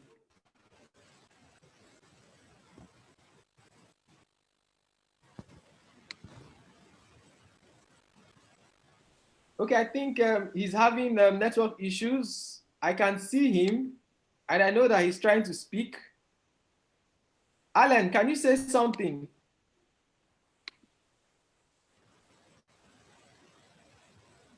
You are unmuted, but we can't hear you. Okay, can you hear me now? Yes, now we can hear you. Okay, I think I had to take off my earpiece. I think that was a challenge. Good evening, sir. Good evening, everyone. Good evening, Alan. How are you doing? I'm okay, I'm good. Okay, so now I've called you to speak specifically because I know that you have done so well with Akwa Ibom, with Ibom Tourism that you run, and even as a tour operator, I have partnered with you in the past to sell Akwa Ibom. Beyond, 2 years back or thereabout, we had a farm trip for travel agents. Of course. And I remember as well the tour group from NLNG. So I want to talk about this kind of partnerships. How have you worked with other tour operators and travel agents in terms of business relationships? How do you think these relationships are feasible? Because we need to start to ask ourselves and assure ourselves that this is possible. These partnerships are possible, that you can actually have them and have a win-win situation at the end of the day. Please let us know your thoughts. Okay. Thank you very much, Mr. Faye, for putting this up and putting me on the spotlight.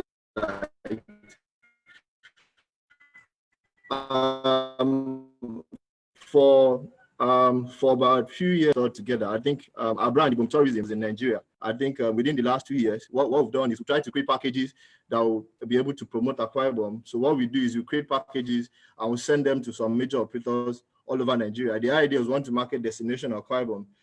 So we've had this very good working relationship with major tour operators and travel agents within Nigeria. And one thing we tried to do over here in Akwa Ibom was, because we knew too well that over time Akwa Ibom was not properly marketed as a destination, we tried to ensure that every services we had, every partnership we had, we delivered to the list of awards, meaning that because we know so many of the operators and travel agents are not in Akwa Ibom, we ensure that from your pickups to your hotel, even when you've handled those things on your own, we ensure that we try to guide them and ensure that both our brand that is handling the groundwork and your brand, talked about it the other day. There was an issue that was brought earlier about stealing clients. One of the things we try to do over time is to ensure that we don't go beyond our scope of work. If our job is to take a client to a certain location, show the client around, in fact, we don't even give the client a feedback form. What we do is let the client give the feedback to the agent that recommended the services to us. So we've had this wonderful working relationship over time with major operators within Nigeria. And I think if you come into Akwa Ibom today and ask anybody, if you go to different hotels and ask who are the major tour operators in Akwa Ibom, if they should tell you 5 people, Ibom tourism is like, that's how it is. That is because of the very good relationship we've had with almost everybody we've had to work with over time. Recently, we had to do something with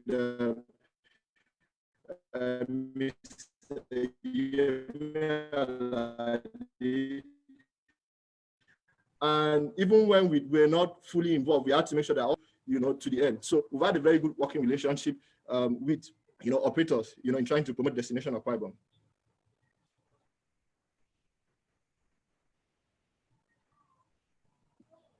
So thank you, Mr. Allen.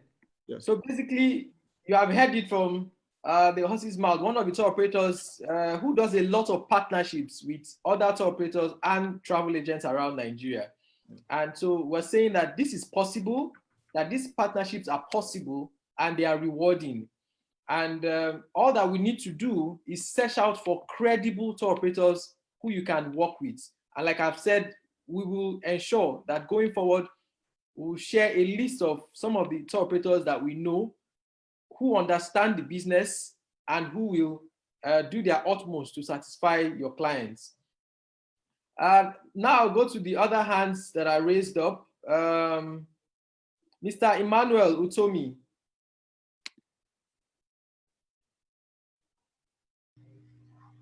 Mr. Emmanuel Utomi, are you there? Yes, I'm here. Okay. Good evening, everybody. And thank you, Mr. Fitobo and Omolulu for this platform. Yeah, I have listened to all the discussion we've had, and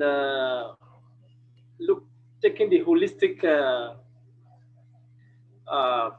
view of what we have discussed, and also looking at the tourism as an industry. I can say that we have not started. Tourism is a very huge industry. We are just struggling. I'm from the IT and consultancy tour chain of the industry. So when we talk of tourism, let's look at why I said we've not started, because it's very huge. When you look at other countries, like let's just use our normal Dubai, for example. When you get to Dubai, the Tazima that will pick you have virtually all the information. Tour center in the city, in the asket, and everything, even the hotels and all that. But here in Nigeria, do we have it? No. We have institutional void or gap, as you may call it. The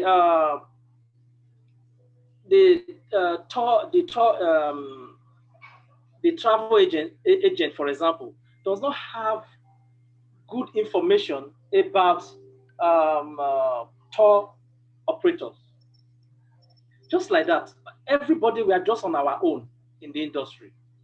We don't have, we're supposed to have a kind of information sharing platform, which I can say e-meeting center, where the tour operator, the travel agency, all the units, all the chains in the industry have good information. And another aspect is, at times I hear people saying we don't need to involve government. We need to involve government because, like as I said, it's a huge industry. We can't do it alone. Even the state government can't do it alone. We talk of security. There are some aspects of security state government cannot handle. We talk of infrastructure, roads, and all that. We have federal government roads, state road, and all that. So we have to continue to talk, to make noise, to shout, to attract the government of the day. Like as I said earlier during my discussion with somebody, I said the government of the day does not even have idea about tourism. Let's say, for example, a president of a nation, a country, came to your country to visit a tour site in your country, and you are telling that president, you are still young, that's why you are going to that place is for the youth. Does it make sense? So when you look at all this, the government of the day does not have interest in tourism, but we continue to engage them. And also look at the way we do our budget. Like as somebody said, is when this site, the tour site, start attracting people, start visiting. That is when government will pay attention. And no, in Nigeria, we don't have, I call it, I'm a child accountant by profession.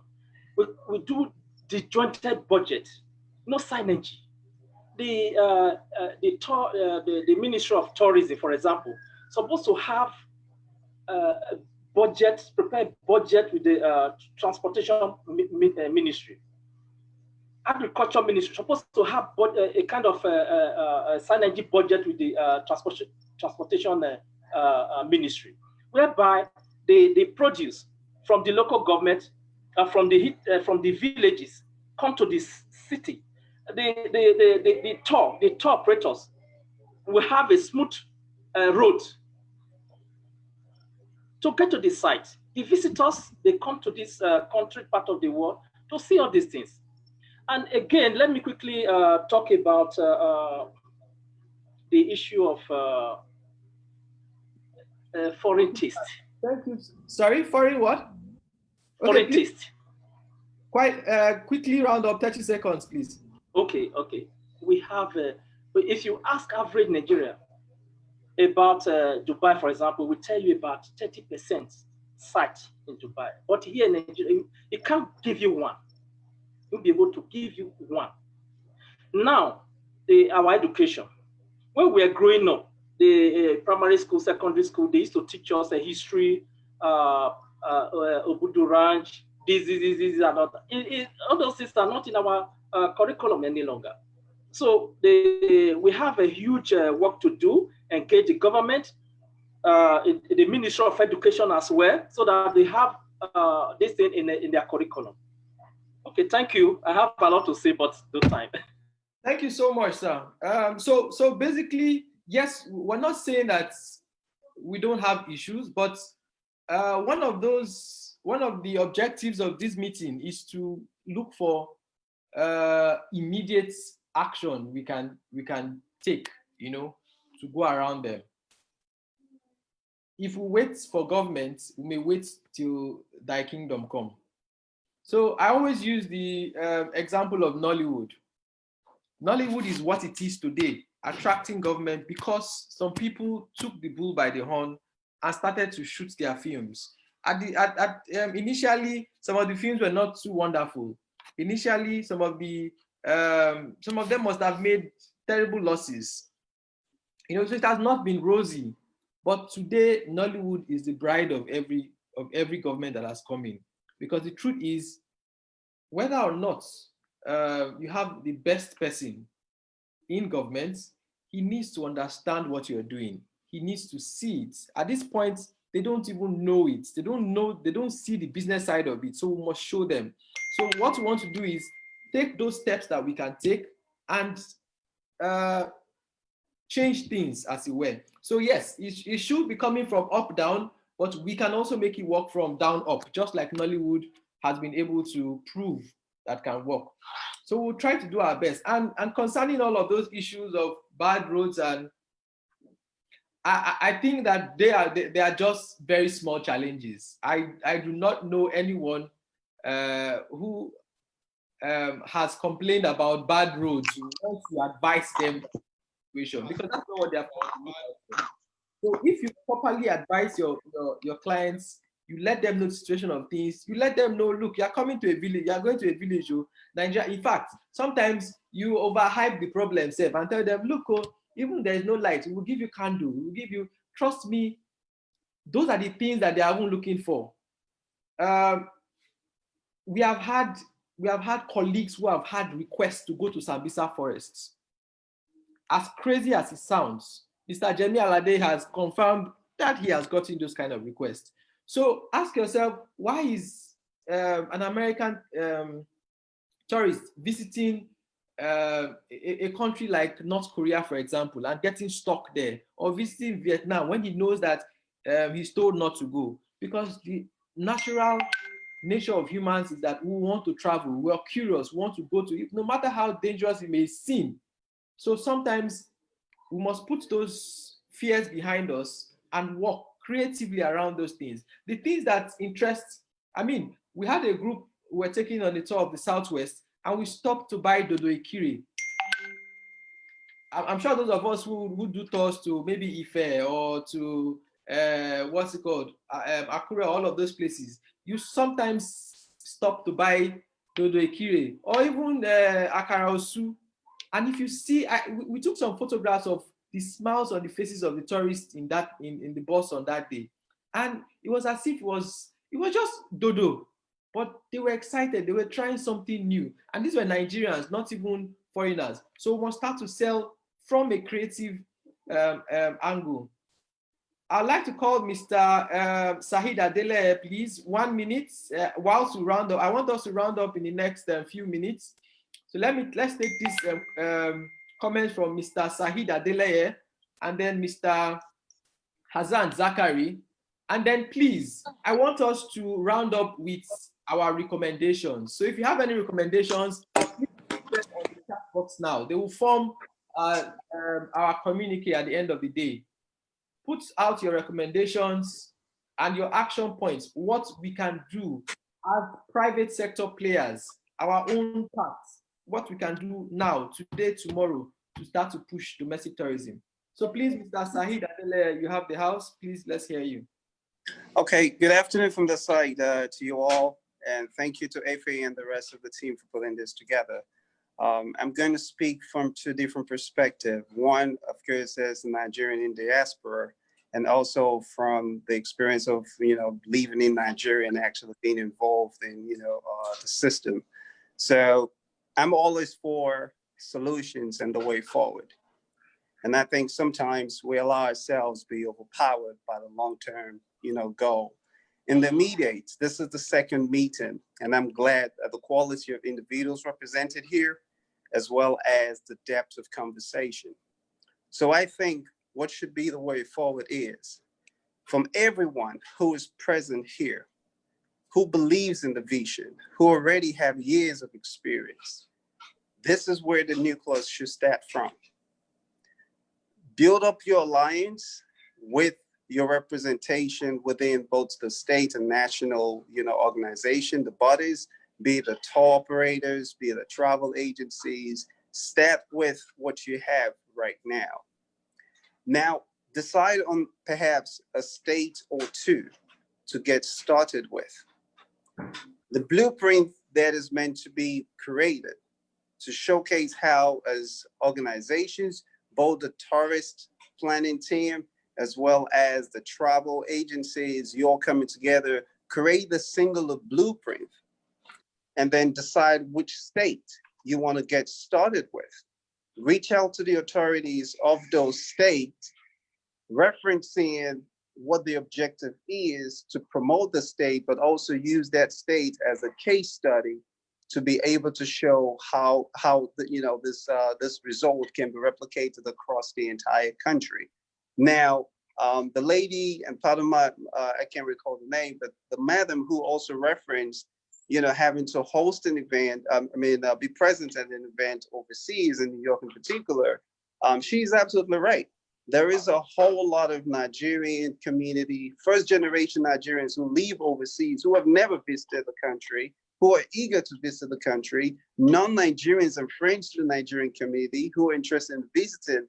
Your organization can decide. She spearheads the diaspora and communication, for example, working hand in hand with perhaps organizations like the Nigerian Diaspora Organization, NIDO, which I am a part of, to see how we can build an alliance with our organizations. And most of our first generation Nigerian children who have not visited Nigeria can actually even become the case study of reference to actually visit the country. Now, what you're doing is we're putting together proof of concept, actual results that can now be duplicated. Now, of course, speaking of the entertainment industry, taking the spearhead right now, of course, with the advent of technology, it's allowed the push of content. Now, you can choose to work with a few of those who would see the longer, the long goal in all of this, the end goal. And then, you had Alibaba on, for example, last time. He's still a voice of reference and respected individual. You can have him come in with a few of his other colleagues, and they become the ambassadors, not to speak as comedians or entertainers, no, speaking on behalf of the tourism initiative that you have going on right now. And these becomes the template that the government sees. Now, of course, you need the legal system, you need the government, but with all due respect, having been involved myself, sometimes to handle our government, what you need to do is show them a proof of what's working. At that point, all your requests for policies and guidance from them and things like that would just be as fast as possible. And lastly, the private sector must not be overlooked. We've seen what has become of the financial sector right now. Part of the reason why that sector seems to be working, it's not there yet, but there's a blueprint, a guideline that's now putting efficiency and competency to play. You can easily look for one of them, not necessarily to demand money, but this could be a platform and a way for them to also promote themselves. Remember, again, it's tourism. Tourism doesn't limit it to just the beautification of nature. You can promote your country on the basis of its economy. So as promoters of the country, which is what you guys all are, you can work with other independent private sectors outside of just the natural reserves and the rest of them all to promote the country. So in this case, you can look for one of the either manufacturing, or it could actually be, the telecom, it could be the banking sector, who would now partner with you as well to actually drive this initiative. So what I believe that we should be doing, or I'm proposing for you guys to focus on, is work with what you have right now and get started just putting content out and allow those results speak for you. Thank you for this opportunity, folks. Thank you so much, Saeed. So if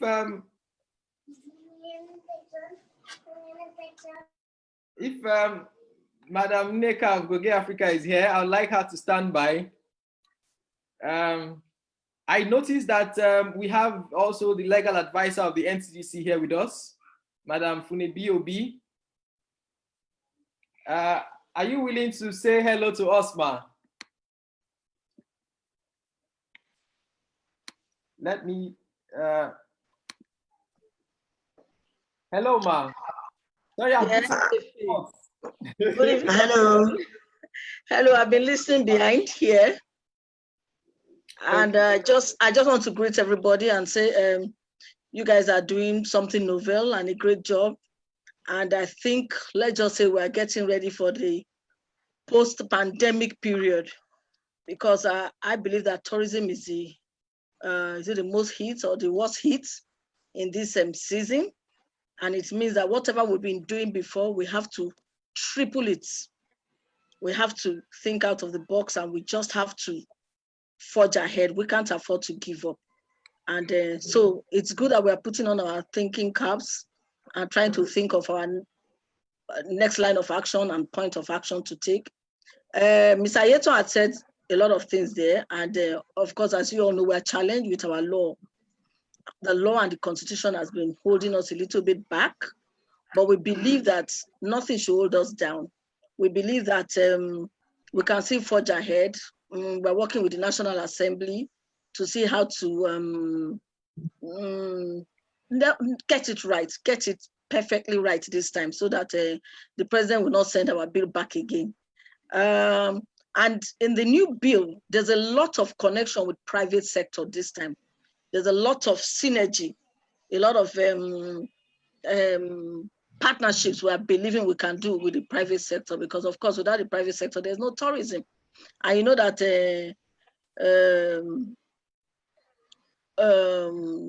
well, let me not talk much because we're about to finish now. But what I was saying is that I need the associations, the tourism stakeholders, the tourism associations to work closely with NTDC, because we noticed something when the bill and the problem with the bill came out and the Supreme Court judgment. NANTA particularly, I don't know if you are hearing me. Are you hearing me, Efe?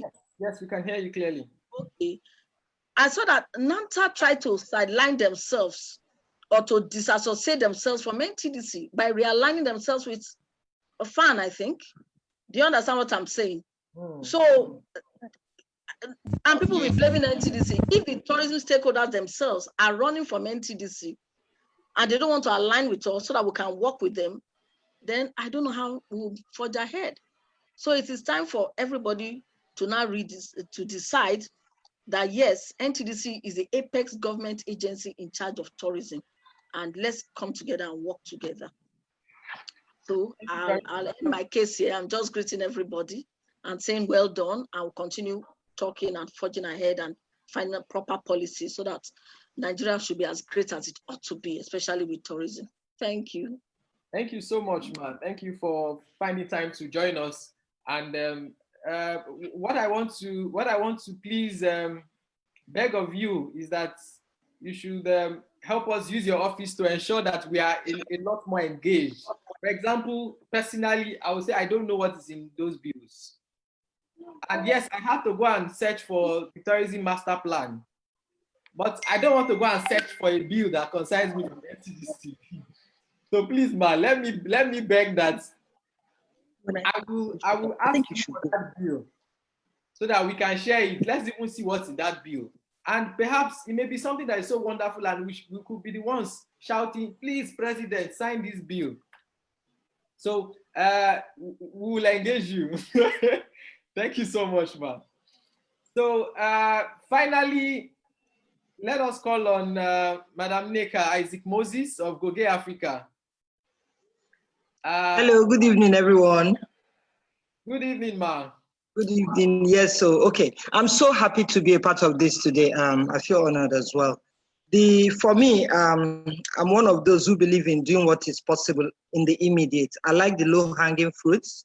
I don't want to wait until it's all rosy and set. If we waited for it to be already rosy and set, Goge Africa wouldn't have started 20 years ago when nobody was really interested in tourism. That's when Goge Africa started promoting tourism at our own cost, because we believed in it back then, we still believe in it, and come tomorrow, we'll continue to believe in tourism. So for now, what I'm doing personally and what I've been doing is within Lagos where I am, there are places you can take people to. And when people talk about, oh, the government infrastructure, this, forget that thing. When we went for our lecture series in University of California, Santa Cruz, we shared a lot of clips from Nigeria, including Calabar Carnival.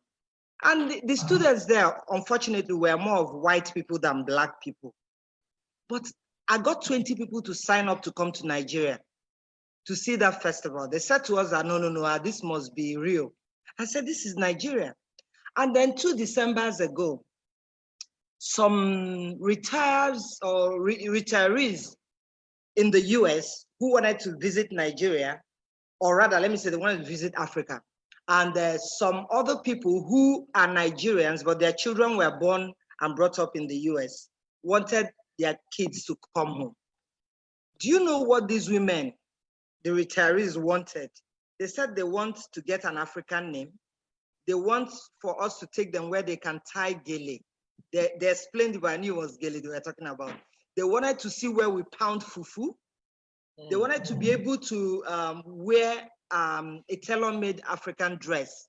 I mean, and then they wanted to meet a real African king and possibly attend an African festival. They're not asking for too much.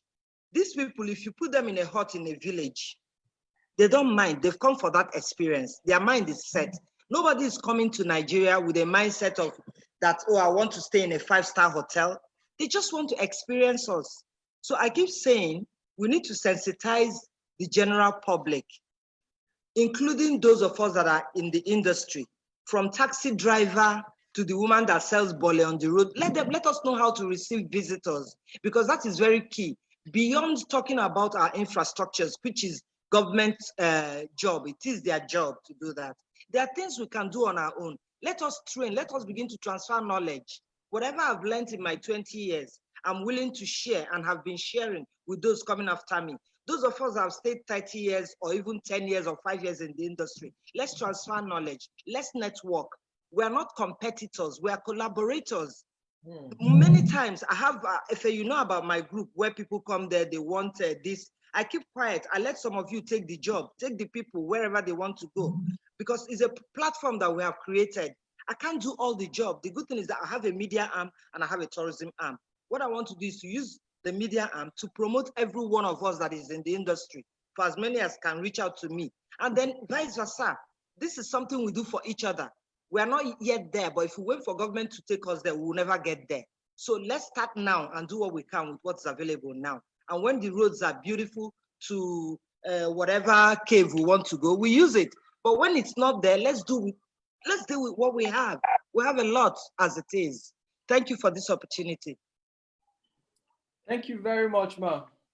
So on that note, I want to say thank you to everyone who has been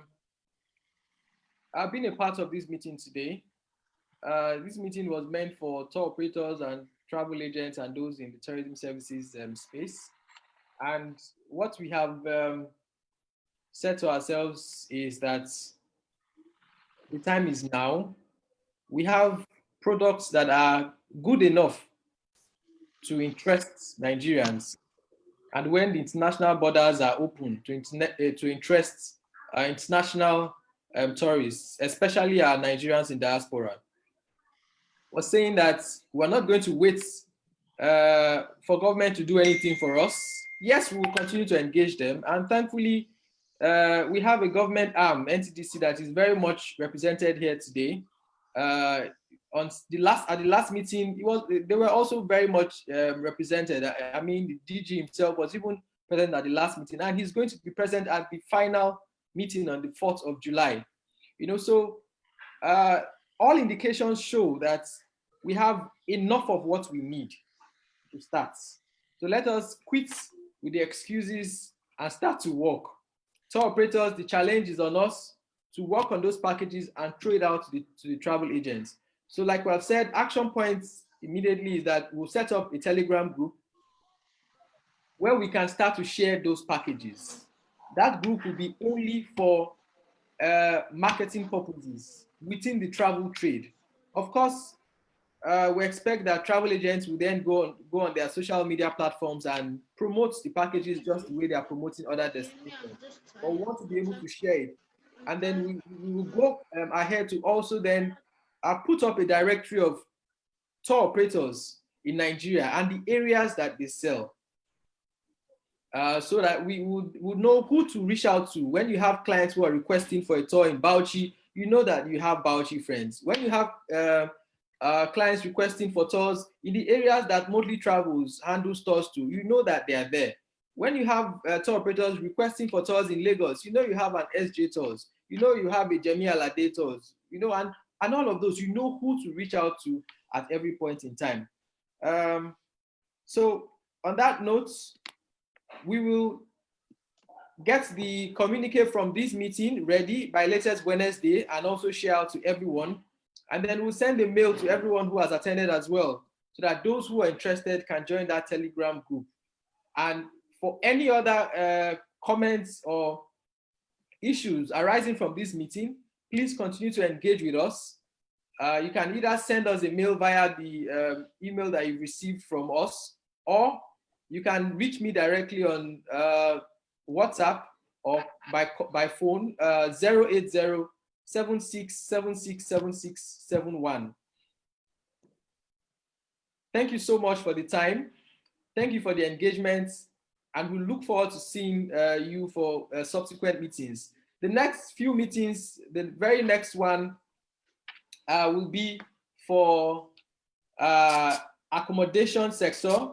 So I think that will be on Wednesday. We'll be meeting with those from the accommodation sector. So hoteliers, guest houses, those who want to attend are also free to attend, even though the conversations will be mostly around hotels. We want to find out as well why tour operators and travel agents are not getting as much support or relationships or businesses and vice versa from hotels and the likes, and how they can do more to also promote destination Nigeria. Because we see that when people come to Nigeria, they only stay in the hotels, they don't go out to visit our attractions. So why do we lock them up in the hotels? Is it so that they only eat 3 square meals from the hotels, or not? So you get the schedule for the other meetings. Please join the ones you are available to join, but please look forward to the final meeting on the 4th of July, where we'll have all the stakeholders again, where we'll have the CG of the National Park Services, hopefully representation from immigration and police as well as the NTDC and other sectors, so that we can then have the final action plan for especially private sector. That's what we're concerned about, what we can do. And then we know that as we go along, we're going to then get government to start to play their part or do more if they're already doing something. Thank you so much, ladies and gentlemen. Would unmute everyone so we can say our hellos and goodbyes, and then in the next 5 minutes we can then all leave. Thank you once more.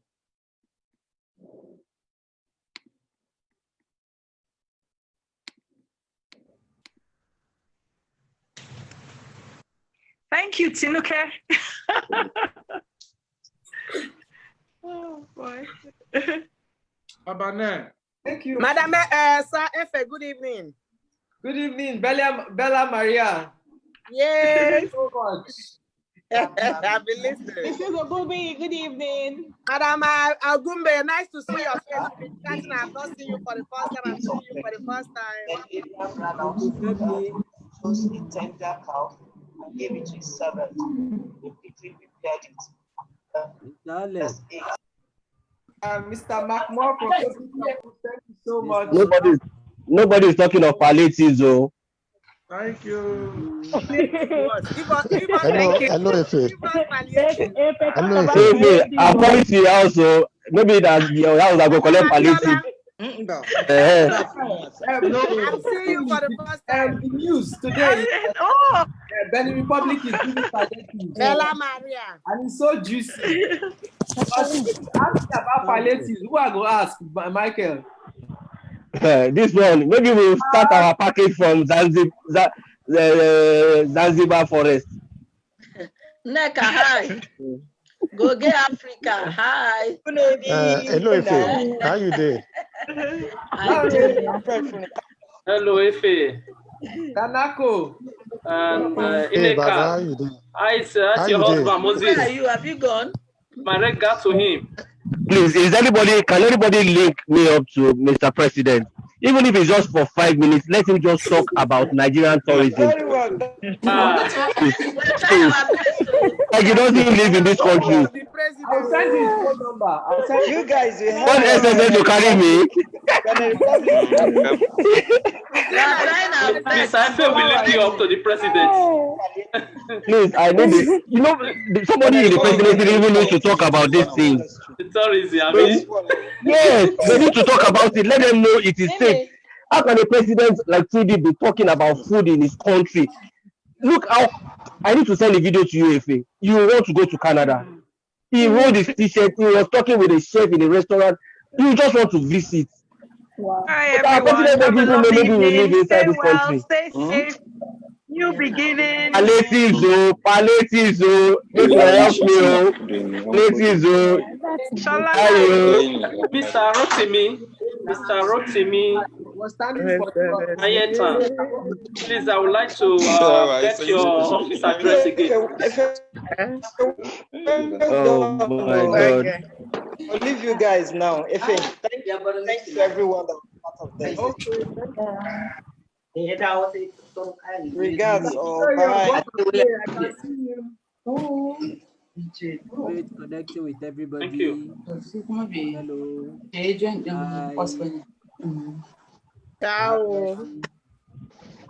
Ciao. Ciao, everybody. Mr. Efe. Nice event. Efe, great job for you. Thank you so much. Uncle Femi. Uncle Femi. Uncle Femi. Why you are? Uncle Femi. Good evening, everyone.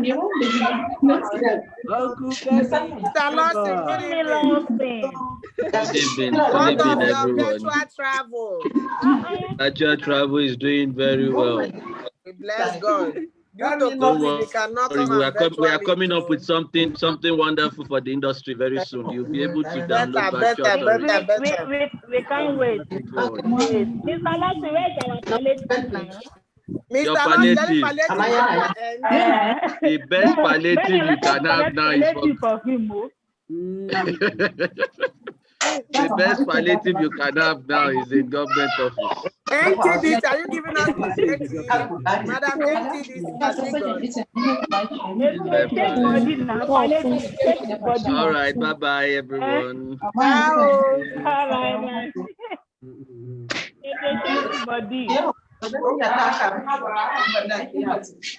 To, sai da safe. Da ake zo Lahadi. To shi ne. To, Allah ya kai. To Allah ya kai mu.